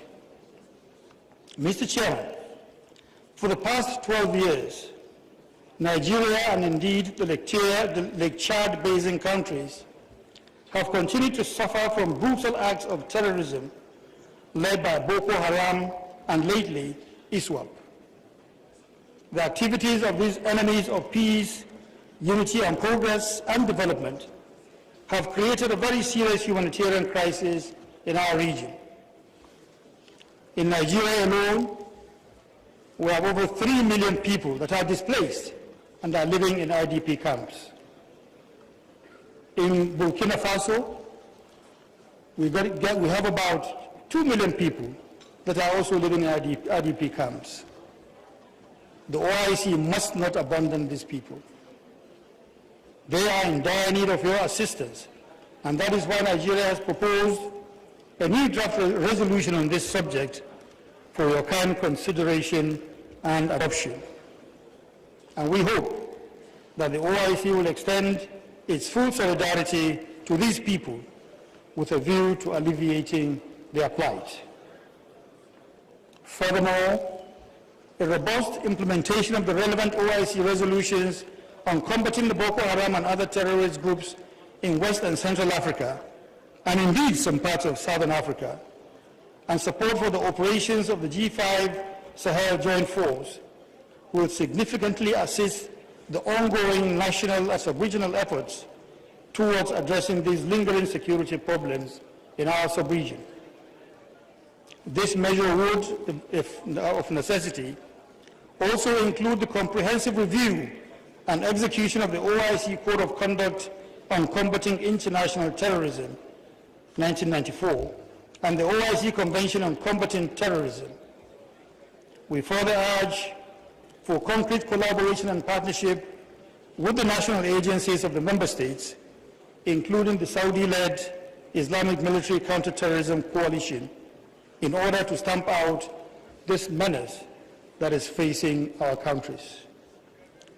Your Excellencies, distinguished delegates, beyond the active measures needed to counter terrorism in our region, the mobilization of funds for the various national social and humanitarian actions are crucial to the rehabilitation and radicalization efforts in the affected countries. Equally significant is the need to address the economic root causes of insecurity in the African region. In this regard, the implementation of the OIC resolution on the recharge of the Lake Chad, which has lost over 80% of its water, would contribute to the restoration of the various communities in the Lake Chad Basin and return millions of people to their lost livelihoods.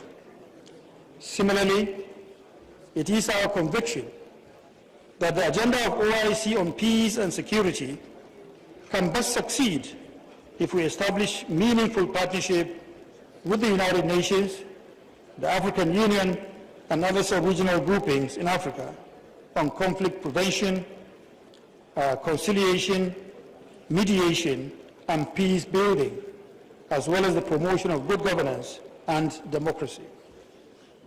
And closely related to this is the need for granting debt remission and relief for our countries, especially the least developed countries that represent more than 1/3 of the OIC membership. Mr. Chairman, poverty remains one of the major challenges confronting Africa, and the pandemic has sadly further aggravated the situation. To create a better and more sustainable future for our people, strengthening intra-OIC cooperation to harness the enormous resources and potentials within our member states is key and essential. Equally vital is the need to boost intra-OIC trade and commercial exchanges as a bedrock for our economic cooperation and a means to further enhance South-South cooperation. We regret to note the drastic decline in the volume of intra-OIC trade, reported from 700.1 billion in 2019 to just 552.8 billion in 2020, amounting to about 21.2% decline. We applaud and encourage OIC efforts in capacity building and skills acquisition development, as well as the promotion of research and innovation, especially in the areas of agriculture and food security. In this regard, we support the adoption of the OIC Plan of Action on the development of strategic agricultural commodities and underscore our commitment to play a central role in the implementation of programs on wheat, rice, and cassava as part of our endeavor to promote agricultural cooperation. Already in Nigeria, the central bank-supported Anko Borrowers program has produced the desired result, as we have drastically cut rice importation and have attained the first position in rice production in Africa. Your Excellencies, distinguished invited guests, as we commend the OIC for its sustained interest in Africa through the various IDB initiatives, which include the Islamic Solidarity Fund for Development, the Islamic Development Fund, and the Special Program for the Development of Africa, we call for additional mobilization of resources in order to achieve the target capitals of these funds and programs. And we also reiterate the importance of the Dakar Port Sudan rail project and the need to accord it the due attention it deserves because of its enormous economic impact on the continent. Mr. Chairman, before I close, let me reaffirm on behalf of the African Group our full solidarity with the people of Palestine, as I also restate our support for the cause of Jammu and Kashmir people. We commend the Islamic Republic of Pakistan for its sustained commitment to the ideals of the OIC and pledge our support to its chairmanship. We also wish the 48th session of the Conference of Foreign Ministers very fruitful deliberations. I thank you for your very, very kind attention. Assalamu alaikum wa rahmatullah. Thank you, Excellency, for very valid observations. I now invite President, Islamic Development Bank, His Excellency Dr. Muhammad Salman Al-Jasser, for his statement.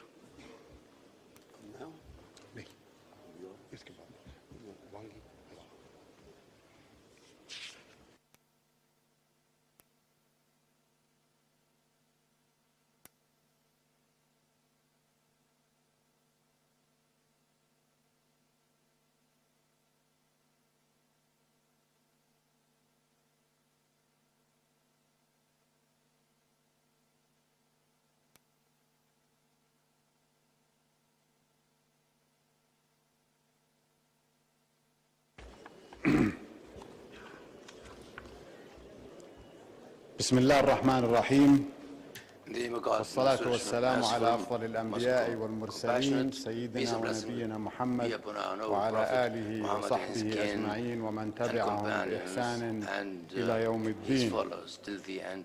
Your Excellency Imran Khan, Prime Minister of the Islamic Republic of Pakistan, Your Highness Prince Faisal bin Farhan Al Saud, Foreign Minister of the Kingdom of Saudi Arabia, the OIC Summit Chair, Your Excellency Mr. Makhdoom Shah Mahmood Qureshi, Foreign Minister of the Islamic Republic of Pakistan, Your Excellency Mr. Hussein Ibrahim Taha, Secretary General of the Organization of Islamic Cooperation, Excellencies, representatives of the OIC member states and representatives of all other countries, distinguished representatives of the fellow multilateral banks and UN agencies, Assalamu alaikum wa rahmatullahi wa barakatuh.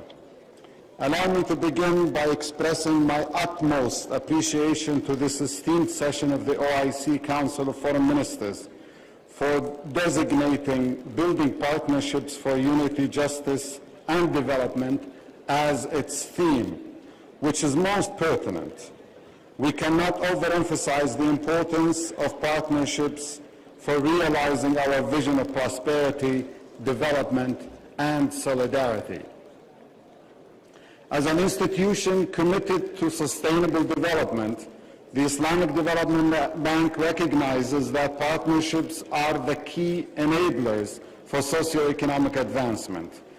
To continue to respond to evolving development needs, the Islamic Development Bank is firmly committed to supporting green, sustainable, and resilient infrastructure, the foundation for higher productivity and growth. The Islamic Development Bank is also investing in inclusive human capital development and social infrastructure through investment in health, education, nutrition, and job creation. For the bank, solidarity means strengthening partnerships and cooperation among the member countries in all possible areas to enhance their collective economic development. To achieve this goal, the bank has introduced new modalities and initiatives to strengthen economic linkages among its member countries. The programs under IDB's regional cooperation and integration supported by our private sector group entities, aim to scale up regional integration projects, intra-OIC trade and investment levels through cross-border projects and trade corridors. Excellencies, distinguished guests, the establishment of the Afghanistan Humanitarian Trust Fund is a strong message of solidarity with our brothers and sisters in Afghanistan. The 17th extraordinary meeting of the OIC Foreign Ministers held in this great city on December 19, 2021, asked the Islamic Development Bank to establish, operationalize, and manage the fund to channel humanitarian assistance to Afghanistan in partnership with other international and regional stakeholders.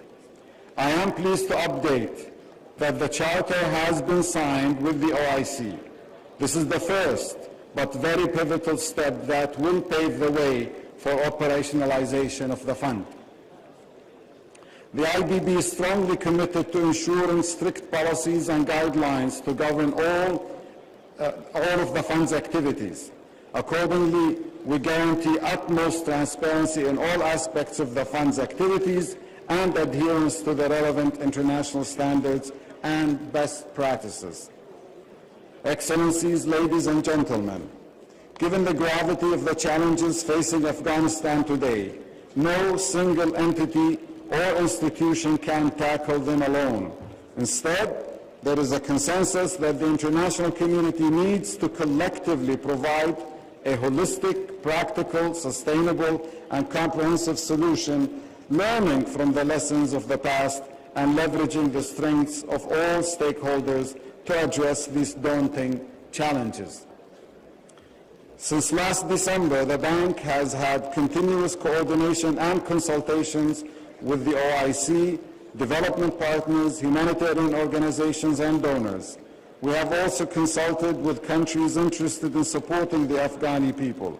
We are committed to benefiting from all relevant experiences and exploring potential cooperation opportunities to ensure formulation of an impactful partnership to undertake collective efforts to achieve the fund's objectives. Since 76% of the Afghanistan population lives in rural areas, a primary focus of the fund will be to save lives by preserving rural livelihoods. An integrated, holistic approach is proposed to be adopted to ensure that the fund's limited resources are deployed most effectively to yield maximum developmental impact. We are also keen to leverage local community development councils, especially in rural communities, to design and implement various initiatives under the fund to enhance local ownership. We are committed to working with all our partners to break the prevalent vicious cycle of poverty and initiate a virtuous cycle of hope and self-reliance in the country. Excellencies, ladies and gentlemen, depending on the fund's funding amounts and possible replenishments, a comprehensive phased approach will be adopted to promote long-term peace and stability. This can be achieved by enhancing agricultural productivity to promote food security, ensuring access to quality education, especially for females, provisioning of health care facilities in rural communities, women and youth empowerment, as well as facilitating rural electrification. The fund, in close coordination with our partners, is also actively exploring potential opportunities to leverage the private sector to support the humanitarian efforts, especially by focusing on creating meaningful employment opportunities in agro-business through supporting micro and small-medium enterprises. The Islamic Development Bank is also ideally positioned to provide the necessary platform for neighboring and regional member countries to play a positive role by optimally leveraging the IDB's South-South cooperation program. Benefiting from the experience, expertise, and knowledge of several OIC and Islamic Development Bank member countries, the Islamic Development Bank, under the overall umbrella of the fund, is keen to facilitate the capacity building in key sectors such as banking and finance, medicine, and agriculture. We expect Islamic finance, particularly Islamic social finance instruments such as zakat, to play an essential role in facilitating resource mobilization and successful delivery of the programs. We look forward to the generous support of all OIC countries, international, regional, and bilateral organizations, the private sector, and philanthropists. The success of this fund will not be of credit to a single individual, entity, or institution, but to all of humanity. I reiterate the Islamic Development Bank's continued commitment to work closely with our partners and the international community to fully synchronize all efforts to ensure we collectively deliver sustainable support to Afghanistan, fostering resilience and self-reliance. Excellencies, distinguished guests, I take this opportunity to express our sincere appreciation to the Organization of Islamic Cooperation and the OIC Special Envoy for all their efforts to promote the Afghanistan Humanitarian Trust Fund globally. I would also like to thank the Kingdom of Saudi Arabia for this vital initiative whereby we take the lead in helping our fellow Muslims. Special thanks go to Nigeria for being the first country to make a pledge. We are confident other countries and donors will follow suit. I also extend my special thanks to the government of Pakistan for its generosity and hospitality, and also congratulate the people and the government of Pakistan on the occasion of this 75th anniversary of independence. Wassalamu alaikum wa rahmatullahi wa barakatuh. Thank you, Mr. President, for your statement. We are moving closer to the closure of the inaugural session. May I request Excellencies to take your seats, and I'd like to see the House in order before I invite our special guest to come to the rostrum for his statement. Please take your seats. People standing at the back, I would request you to please take your seats. Thank you.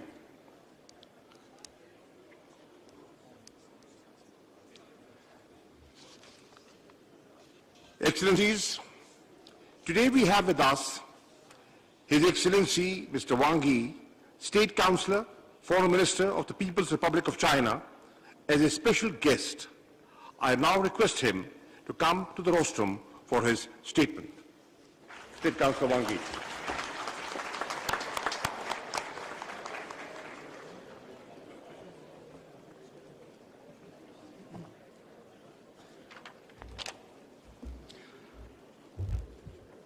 尊敬的伊布拉罕总理，尊敬的库里希外长、塔哈秘书长，各位同事、各位兄弟、各位好朋友，非常高兴应邀出席伊斯兰合作组织外长会的开幕式，并有机会发表致辞。这是中国外长首次参加伊斯兰合作组织的外长会，充分体现了中国同伊斯兰世界加强交流合作的真诚愿望，必将推动我们的双方关系迈上新的台阶。中华文明同伊斯兰文明都是世界上有重要影响的古老文明，双方的交往绵延千年，历经国际风云变幻的考验，有着深厚的历史底蕴和坚实的民意基础。友好始终是双方关系的主流，平等始终是彼此互动的基础，共赢始终是相互合作的目标。长期以来，我们始终坚持互尊互信，支持对方核心关切。我们不会忘记当年阿尔及利亚共同提交议案，近30个伊斯兰国家坚定的支持，把中国排进了联合国。同样，在伊斯兰世界最为关注的巴勒斯坦问题上，中国的支持从未犹豫，从未缺席。我们始终坚持团结互助，致力发展，实现共同发展。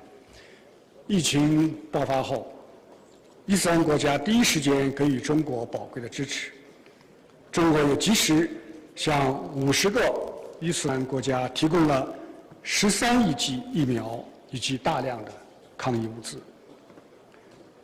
共建“一带一路”已经成为双方走向发展繁荣的桥梁和纽带。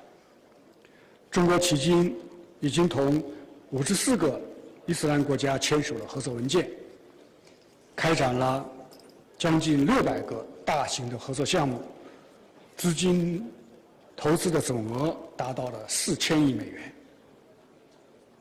给双方人民带来了实实在在的利益。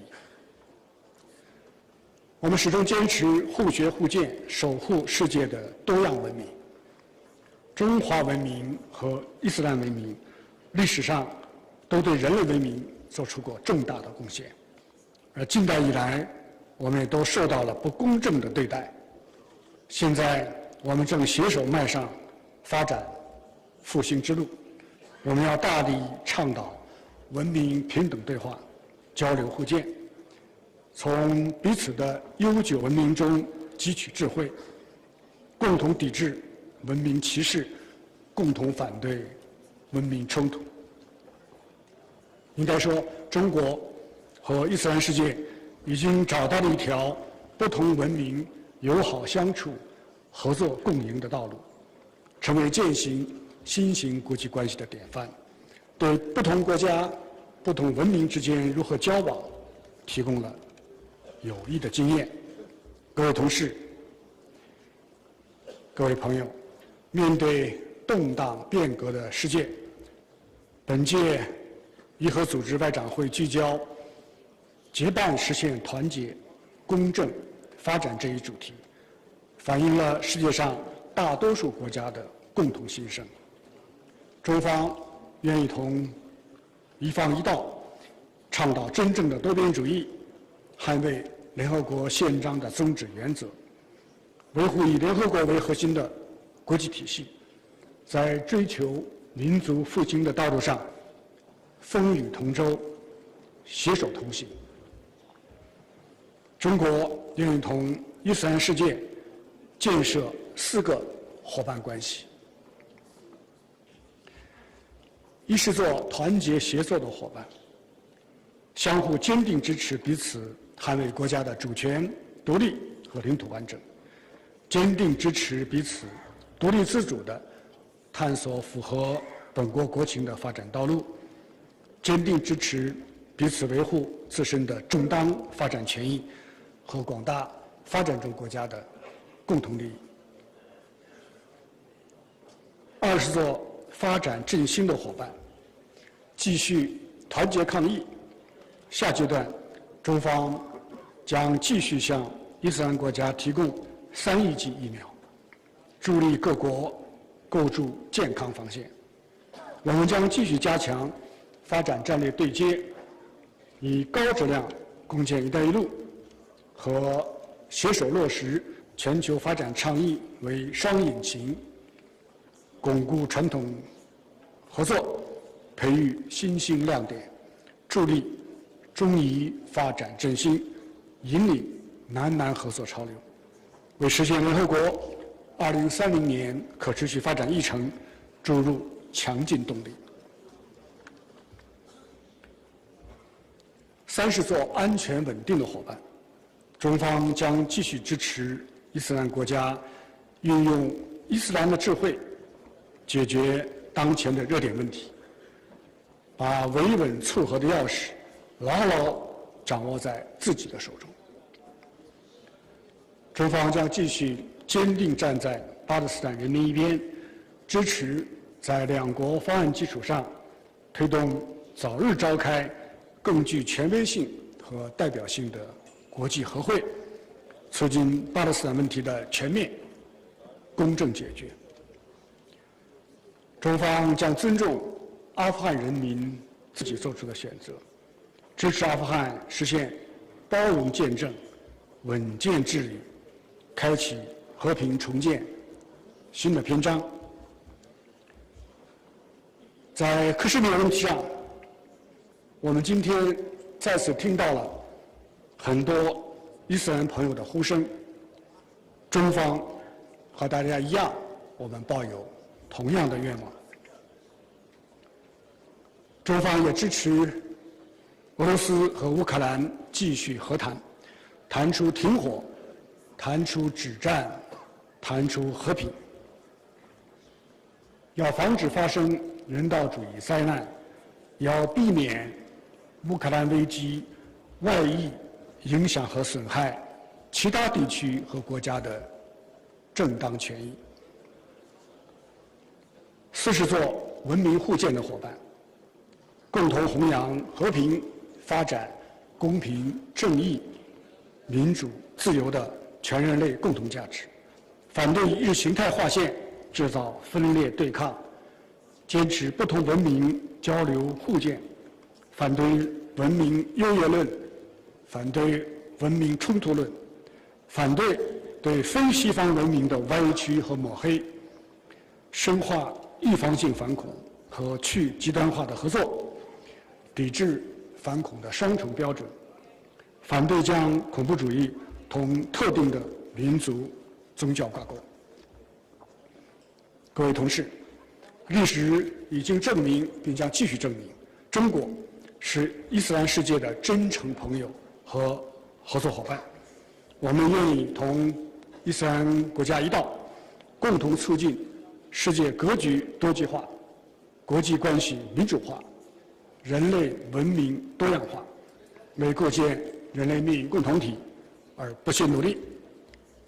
最后，再次感谢巴基斯坦成功主办今天的外长会，也对巴基斯坦的国庆日表示我们最衷心的祝贺，预祝会议圆满成功。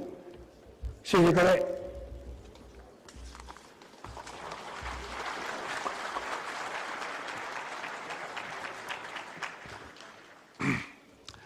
Thank you, Excellency, for your insightful remarks. We are grateful indeed for your gracious presence. I now request His Excellency, Mr. Imran Khan, Prime Minister of the Islamic Republic of Pakistan, to make his keynote address.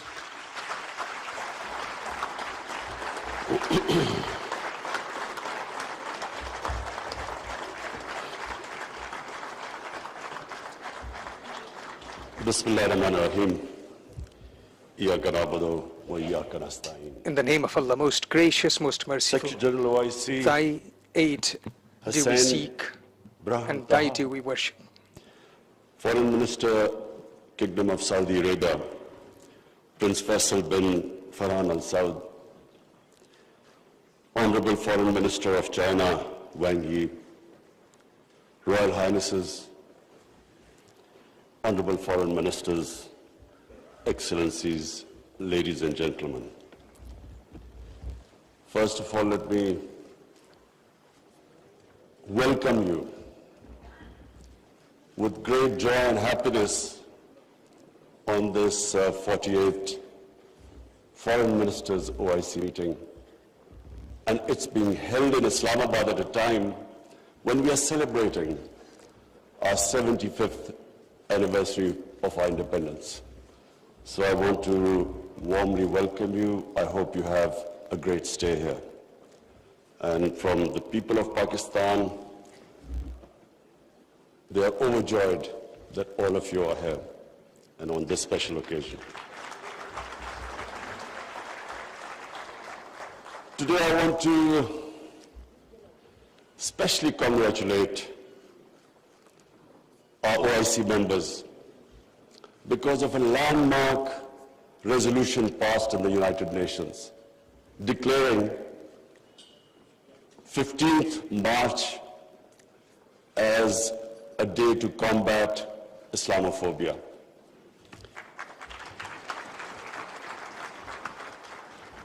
but I want to remind people why 15th of March. 15th of March was a day when a gunman walked into a mosque in New Zealand and shot dead 50 people. Why did he shoot them? Because he felt that all Muslims were terrorists. Where did this Islamophobia grow and was allowed to keep growing? After 9/11. What happened after 9/11? Unfortunately, this narrative of Islamic terrorism, Islamic radicalism, this narrative went on unchecked. Respected foreign ministers, I have spent a lot of my life in England, touring all over the world as an international sportsman. And I understand the Western civilization probably much better than most people. I went to university there and then used to spend half my year playing sports in the summer in England. Now I saw this growing. After 9/11, this Islamophobia kept growing. And the reason was, I'm sorry to say, that we, the Muslim countries, did not do anything to check this wrong narrative. How can any religion have anything to do with terrorism? How was Islam equated with terrorism? And once that happens, how is the man in the street in Western countries, how is he supposed to differentiate between a moderate Muslim and a radical Muslim? How can he differentiate? Hence this man walks into a mosque and shoots everyone he could. Unfortunately, what should have been done and wasn't, the heads of Muslim countries should have taken a stand on this. But instead, a lot of our heads of state kept saying things like, well, we are moderate. The moment you say you're a moderate Muslim, you automatically say that there is some extreme form of Islam. Our head of state at the time, after 9/11, he coined a phrase called enlightened moderation. I understand English better than most. I still don't know what it means. Enlightened moderation was a term to appease those who were relating terrorism to Islam. And unfortunately, as a result, there was this perception that there are different types of Islam. There's some radical Islam, there's some moderate, there's some liberal Islam.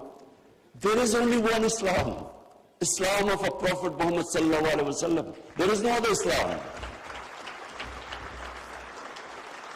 In human communities, in every human community, you have your moderates, you have your liberals, you have your conservatives, you have your fanatics. Every human community has that. The man who walked into the mosque in New Zealand clearly was not a normal person. So, but why no other human community was branded with their religion? 1.5 billion people branded by these terms. And there always should be self-criticism, because that's how you improve. Unless you analyze your mistakes, you can't improve yourself. So that was the biggest mistake we made. We did not challenge this narrative. And guess who suffered? Muslims living in Western countries. They kept suffering. Because any incident would happen, any terrorist incident by a Muslim immediately meant that every Muslim became branded. When 9/11 happened, I still remember, people were petrified in Pakistan, and I hope there was no Pakistani involved. How could how could one community be responsible for some fanatical deed by some extremists? So therefore, this was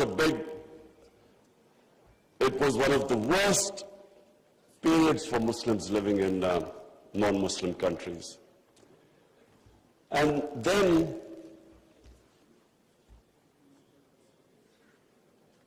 in 1989, there was a book called Satanic Verses, written by a Muslim who knew, because he came from a Muslim family, he knew the reaction in the Muslim world, amongst the Muslims, if he insulted or mocked or ridiculed our Holy Prophet, peace be upon him. But what happened after 1989 was, rather than again the Muslim world coming up with an intellectual narrative, trying to explain to them that why do we feel, why are we so hurt when our Holy Prophet is ridiculed? Why does it hurt us so much? Living in and knowing the Western societies, I knew why they couldn't understand, because they do not treat religion like we do. Jesus Christ is not treated the way we in the West, the way we treat our Holy Prophet here. So they couldn't understand what was going on. Why were the demonstrations? Why were there death threats to Salman Rushdie? So they kept thinking that the Muslims do not allow freedom of expression. So Muslim world is intolerant. It doesn't allow freedom of expression. They were able to vilify our religion. And yet there was no coherent response from the Muslim world. And therefore, we kept into the cycle. Every few years, there would be some cartoons, insulting cartoons against our Prophet. Every few years, there would be something insulting him. We would respond. There would be some act of extremists. They would not respond. So this Islamophobia, this cycle, kept getting worse. And poor Muslims living in Western societies kept suffering. So that's why I'm really pleased that for the first time it has been acknowledged that Islamophobia is a reality and something needs to be done about it. And from now onwards, we hope that we will be able to put forward a narrative that why it hurts us so much. And honorable foreign ministers, let me just say that I only came into politics 25 years ago. I was watching this Islamophobia building up in Western societies. But two, I wanted my country. We were the only country which became independent in the name of Islam. And so,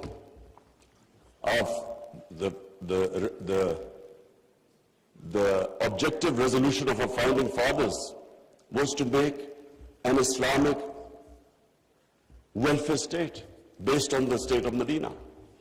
So I came into politics 25 years ago because that was my goal. And just in this August gathering, let me just say, in the history of mankind, there was never a more just and humane state. Unfortunately, our children don't know about it. Even we in Muslim countries don't know that the modern state our Prophet created.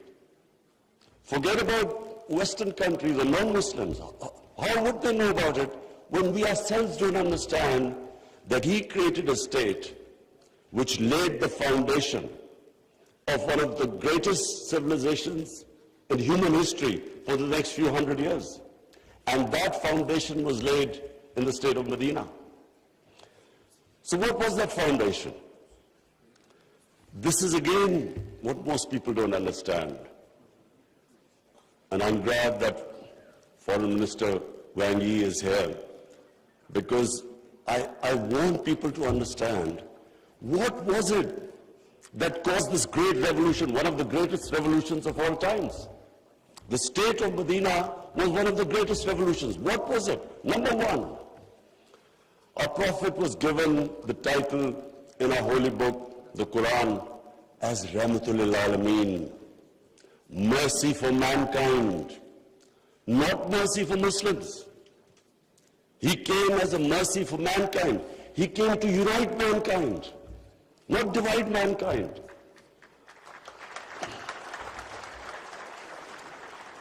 Allah for Muslims is Rahmat, Rabbul Alameen, not Rabbul Muslimeen. We do not understand, we Muslims don't understand the great mission our Prophet came in this world for, to unite humanity. The Charter of Medina was signed with Jews, with Christians, with Sabians, and with pagans. All became part of a human community. We don't even realize that in 10 years which the Prophet came to Medina and then he left this world, people think that it was, through conquests and through the sword. Hardly anyone knows that in these 10 years, there were only about 1,200 people who were killed in battles. In these 10 years, 1,200 people died and Islam spread all over Arabia.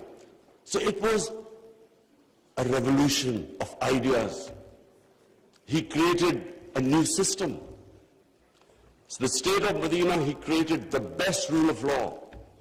The basis of a civilized society is rule of law. He's saying that even if my daughter commits a crime, she will be punished. No one is above law. He's saying that many nations before you have been destroyed, where the powerful crooks were exempted, were given immunity, and poor crooks were put in jail. If you look at the world right now, Excellencies, I can tell you, just look at all the poor countries. Look at the countries which have poverty. There will be one thing in common. They cannot catch the white-collar criminals. They only end up putting petty criminals in jail.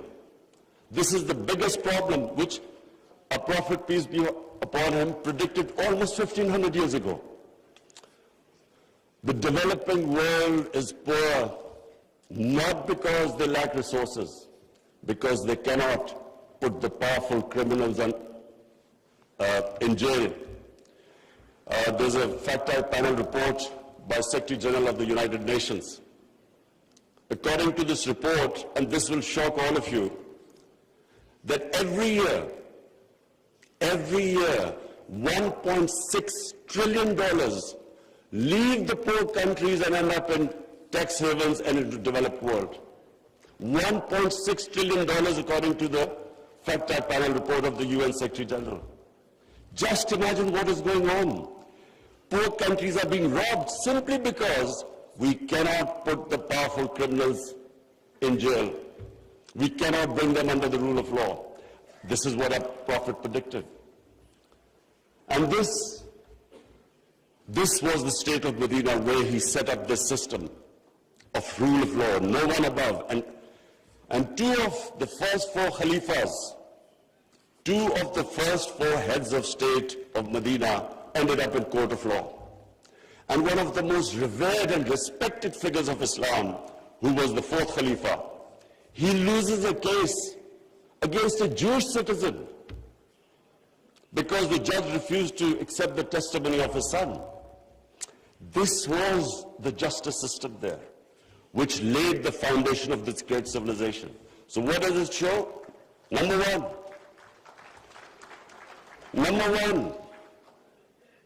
that minorities were equal citizens. They were equal citizens in front of law. There was no discrimination. Secondly, it shows that a common citizen could win a case against the head of state. No one was above law. This is 600 years before the Magna Carta was signed in England, which was the beginning of the democratic struggle of Britain. And it took them years before they could actually bring their head of state under the rule of law. This is what happened in the state of Medina. It was ahead of its time. And then it was the first welfare state in the history of mankind. Compassion, humanity. It was a state which took care of its weak, its orphans, its widows, its poor people. It was the first time pensions were introduced in the state of Medina. They took care of their own people. A compassionate state. A state where they wanted to please the Almighty. How do you please the Almighty Allah? By looking after His human beings, especially the weak. This is what happened in the state of Medina. And today, I feel sad whenever I go to Scandinavia. I see what a welfare state should be in all over the Muslim world. Look at humanity there. Look at the way they look after the weak. In fact, sometimes I'm sad because they look after their animals better than some of us look after our human beings. And remember, He's Rahmatullah Alameen, so whoever listened to His message, whichever human community will prosper. It doesn't matter because for all humanity, He brought the message of mercy. If you look at Switzerland, in the rule of law index, Switzerland is 99%. 99%. So with hardly any resources, it is one of the most prosperous countries in the world. So as I've said, anyone who goes by the model of Medina will prosper. And then, quest for knowledge. Foreign Minister Wang Yi, you'd be surprised, one of our prophets saying, he said, even if you have to go to China to learn and quest for knowledge, you must go there. Now, first China at that time was center of knowledge, but it meant even risking your life. Going from, at that time, Arabia to China meant you might not come back. So that was the quest of knowledge. You have to seek knowledge from cradle to grave. He sparked off this great knowledge revolution. For hundreds of years, the top scientists were Muslims because they thought quest for knowledge was a sacred duty. Look at the situation in the Muslim world today. How much do we have a quest for knowledge? And then we get so much, wherever you go, Muslims that our women we imprison our women have no rights. And sometimes, it almost seemed that the US invaded Afghanistan to liberate the women. There was no other reason except to liberate the women. Somehow our women are in prison. Let me just tell you that it was a revolutionary move by a prophet that women were given inheritance rights. They were empowered. In Europe, even 100 years ago, the women barely got their inheritance rights. 1,500 years ago, women were given the rights. And no one seems to know this. And sadly, cultural issues are equated to our religion. We cannot explain, sometimes Western people say, they confuse culture with religion. I'm sad to say in Pakistan, we discovered 70% of our women do not get inheritance rights. So we have especially had to pass law to enforce that women must get their inheritance rights. This is 1,500 years later. And no one knows this. Slaves, honorable foreign ministers, nowhere in human history has this happened. That slaves became kings. The Mamluks were slaves who became kings in Egypt. In India, there was slave dynasty that became kings. Why? Because the Prophet said, treat your slaves as family members.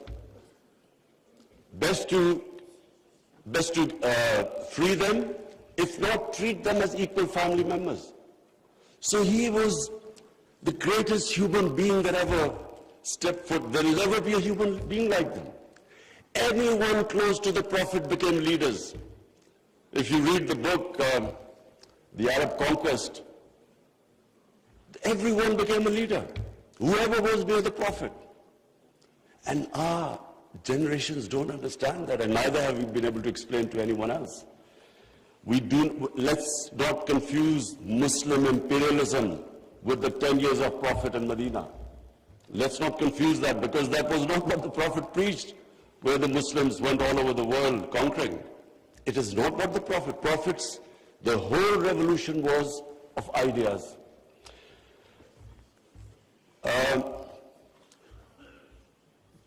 Honorable Foreign Ministers, one of the ideas of OIC is to protect Islamic values.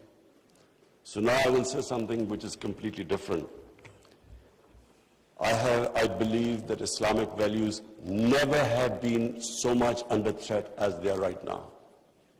And I bring this to this August assembly because when I became the Prime Minister, I asked the police chief, asked him what the crime chart. I was amazed to note that sex crime, child abuse and rape is the fastest growing crime in this country. So we did further investigation. We discovered that the mobile phone, the sort of pornographic material available on the mobile phone to children, this has never happened in human history. So the material available is causing havoc in our society without us knowing. Parents don't know what's happening when the child goes into his room or something. They don't know what he's watching on his mobile phone. It is very important that this August forum, we should plan how to combat this, because it is already having a huge impact. We have a rise in divorces. We all know that the more vulgarity, the more a society gets permissive, it has a direct impact on the family system. One of the most important things about Islam is that our religion protects the family system. We have values like we respect parents, we have respect for our teachers, but the culture that is coming through social media, we really need to think carefully how are we going to protect our generations. I have formed in Pakistan a Rahmatullahi Alameen authority of scholars. The whole purpose is how are we going to give an alternate point of view to our children, cartoons. How do we, because children get influenced from that age onwards. How do we strengthen our children against this unpredictable social media revolution? How do we know where it is going? So I think that I thought at this meeting I should mention, because we need to start thinking about alternate media, how we can combat. You can't stop social media, but we can give our children, fortify them, strengthen them ethically and morally. Now I come to two important political issues. One is Palestine and the other is Kashmir. Honorable Foreign Ministers, we have failed both the Palestinians and the people of Kashmir. I'm sad to say that we have been able to make no impact at all. They don't take us seriously. We are a divided house, and those powers know it. We are 1.5 billion people, and yet our voice to stop this blatant injustice is insignificant. We are not talking about conquering some country. We're simply talking about the human rights of the people of Kashmir and Palestine, the international law, which is on their side, United Nations Security Council resolutions that back their right. In Kashmir, the international community promised them the right to decide their own destiny through a plebiscite. That right was never given to them. In fact, this special status of Kashmir was taken away illegally by India on 5th August 2019. Nothing happened. because they feel no pressure. They feel we can make a resolution and then, back to our usual business. I'm not talking about altering our foreign policies. All of us countries have our different foreign policies. But on core issues, I'm asking the OIC that unless we have a united front, we will keep these abuses will happen. Like in Palestine, it's daylight robbery going on in Palestine. The only hope I have is not because of social media. First time in Western countries, there's awareness of what's going on to the poor Palestinians. That is, so far, much more than the OIC. It's the mobile phone and the spread of information of the injustices being done to the Palestinians. That is the best, at the moment, the best way to protect them, not us. In Kashmir, it's a war crime, according to the 4th Geneva Convention, to change the demography of an occupied land. India is changing the demography of Kashmir by making the Muslims from a majority to a minority, by bringing in settlers from outside. This is a war crime. Yet no one has pushed about it. Neither India has pushed nor Israel, because they think we are ineffective. So, honorable foreign ministers, let me just say that the way the world is headed, I'm afraid it's headed the wrong way. There's a Cold War almost started. There is a chance of world being divided into blocks. We 1.5 billion people, unless we are united, unless we take a united stand, we'll be nowhere. As what I'm scared to say where the future is headed right now. Before I come to Ukraine, I just want to talk about Afghanistan. It is extremely important that we stabilize Afghanistan. After 40 years, and no nation has suffered as the people of Afghanistan. 40 years of conflict. Finally, there is no conflict going on. The only danger now to Afghanistan is that through the sanctions and non-recognition, they might end up having a humanitarian crisis. Already the people are falling below the poverty line. Already there's a brain drain going on. So it's extremely important that we help the people of Afghanistan.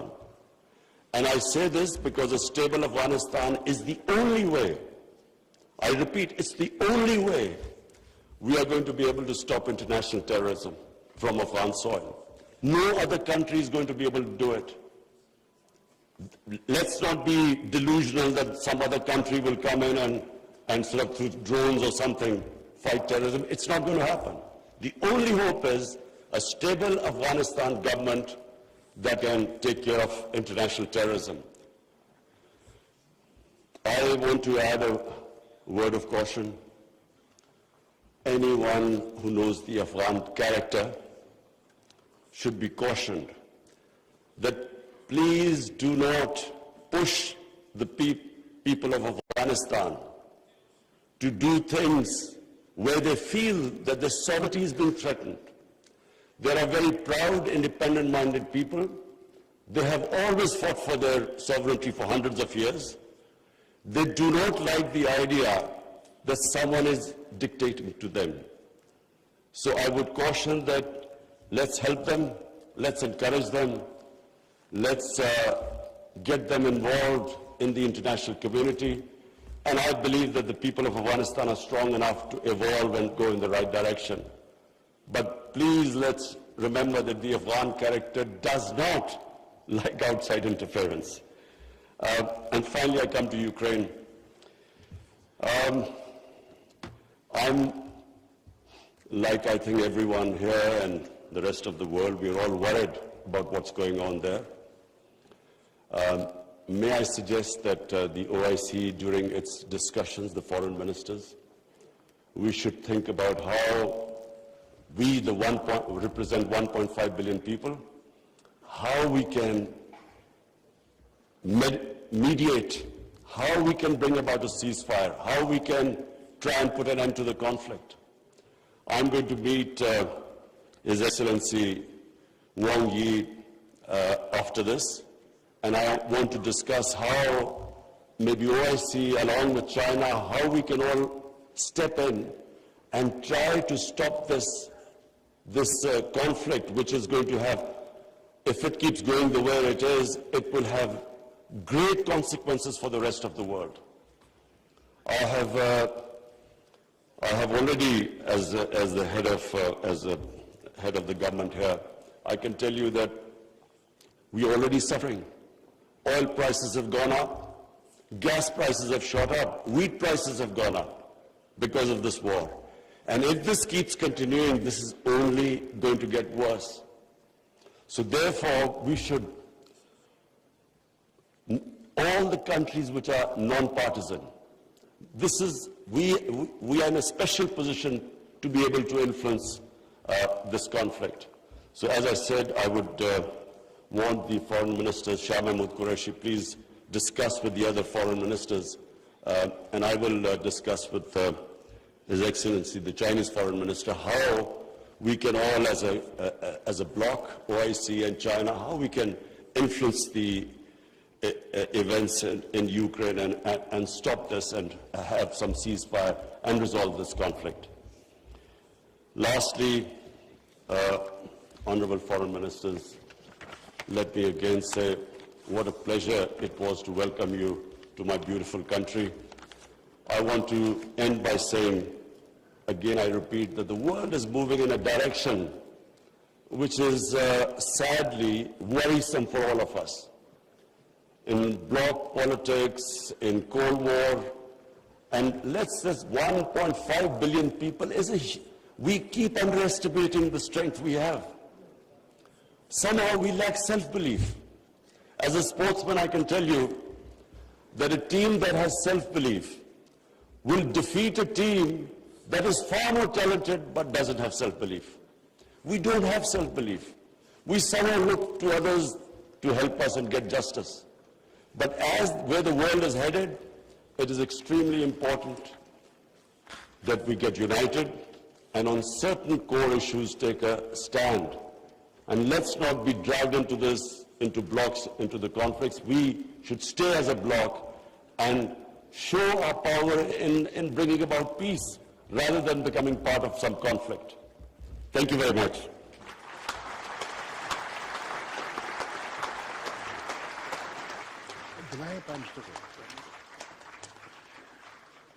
Thank you, Prime Minister, for gracing the session and enlightening us with your words of wisdom.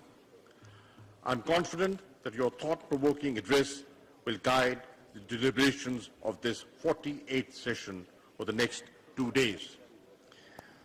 Excellencies, we take a break for lunch and prayers. Since the inaugural session took much more time than expected, we will now reconvene at 3:15. The next segment would be off camera, open only to the members and observer states.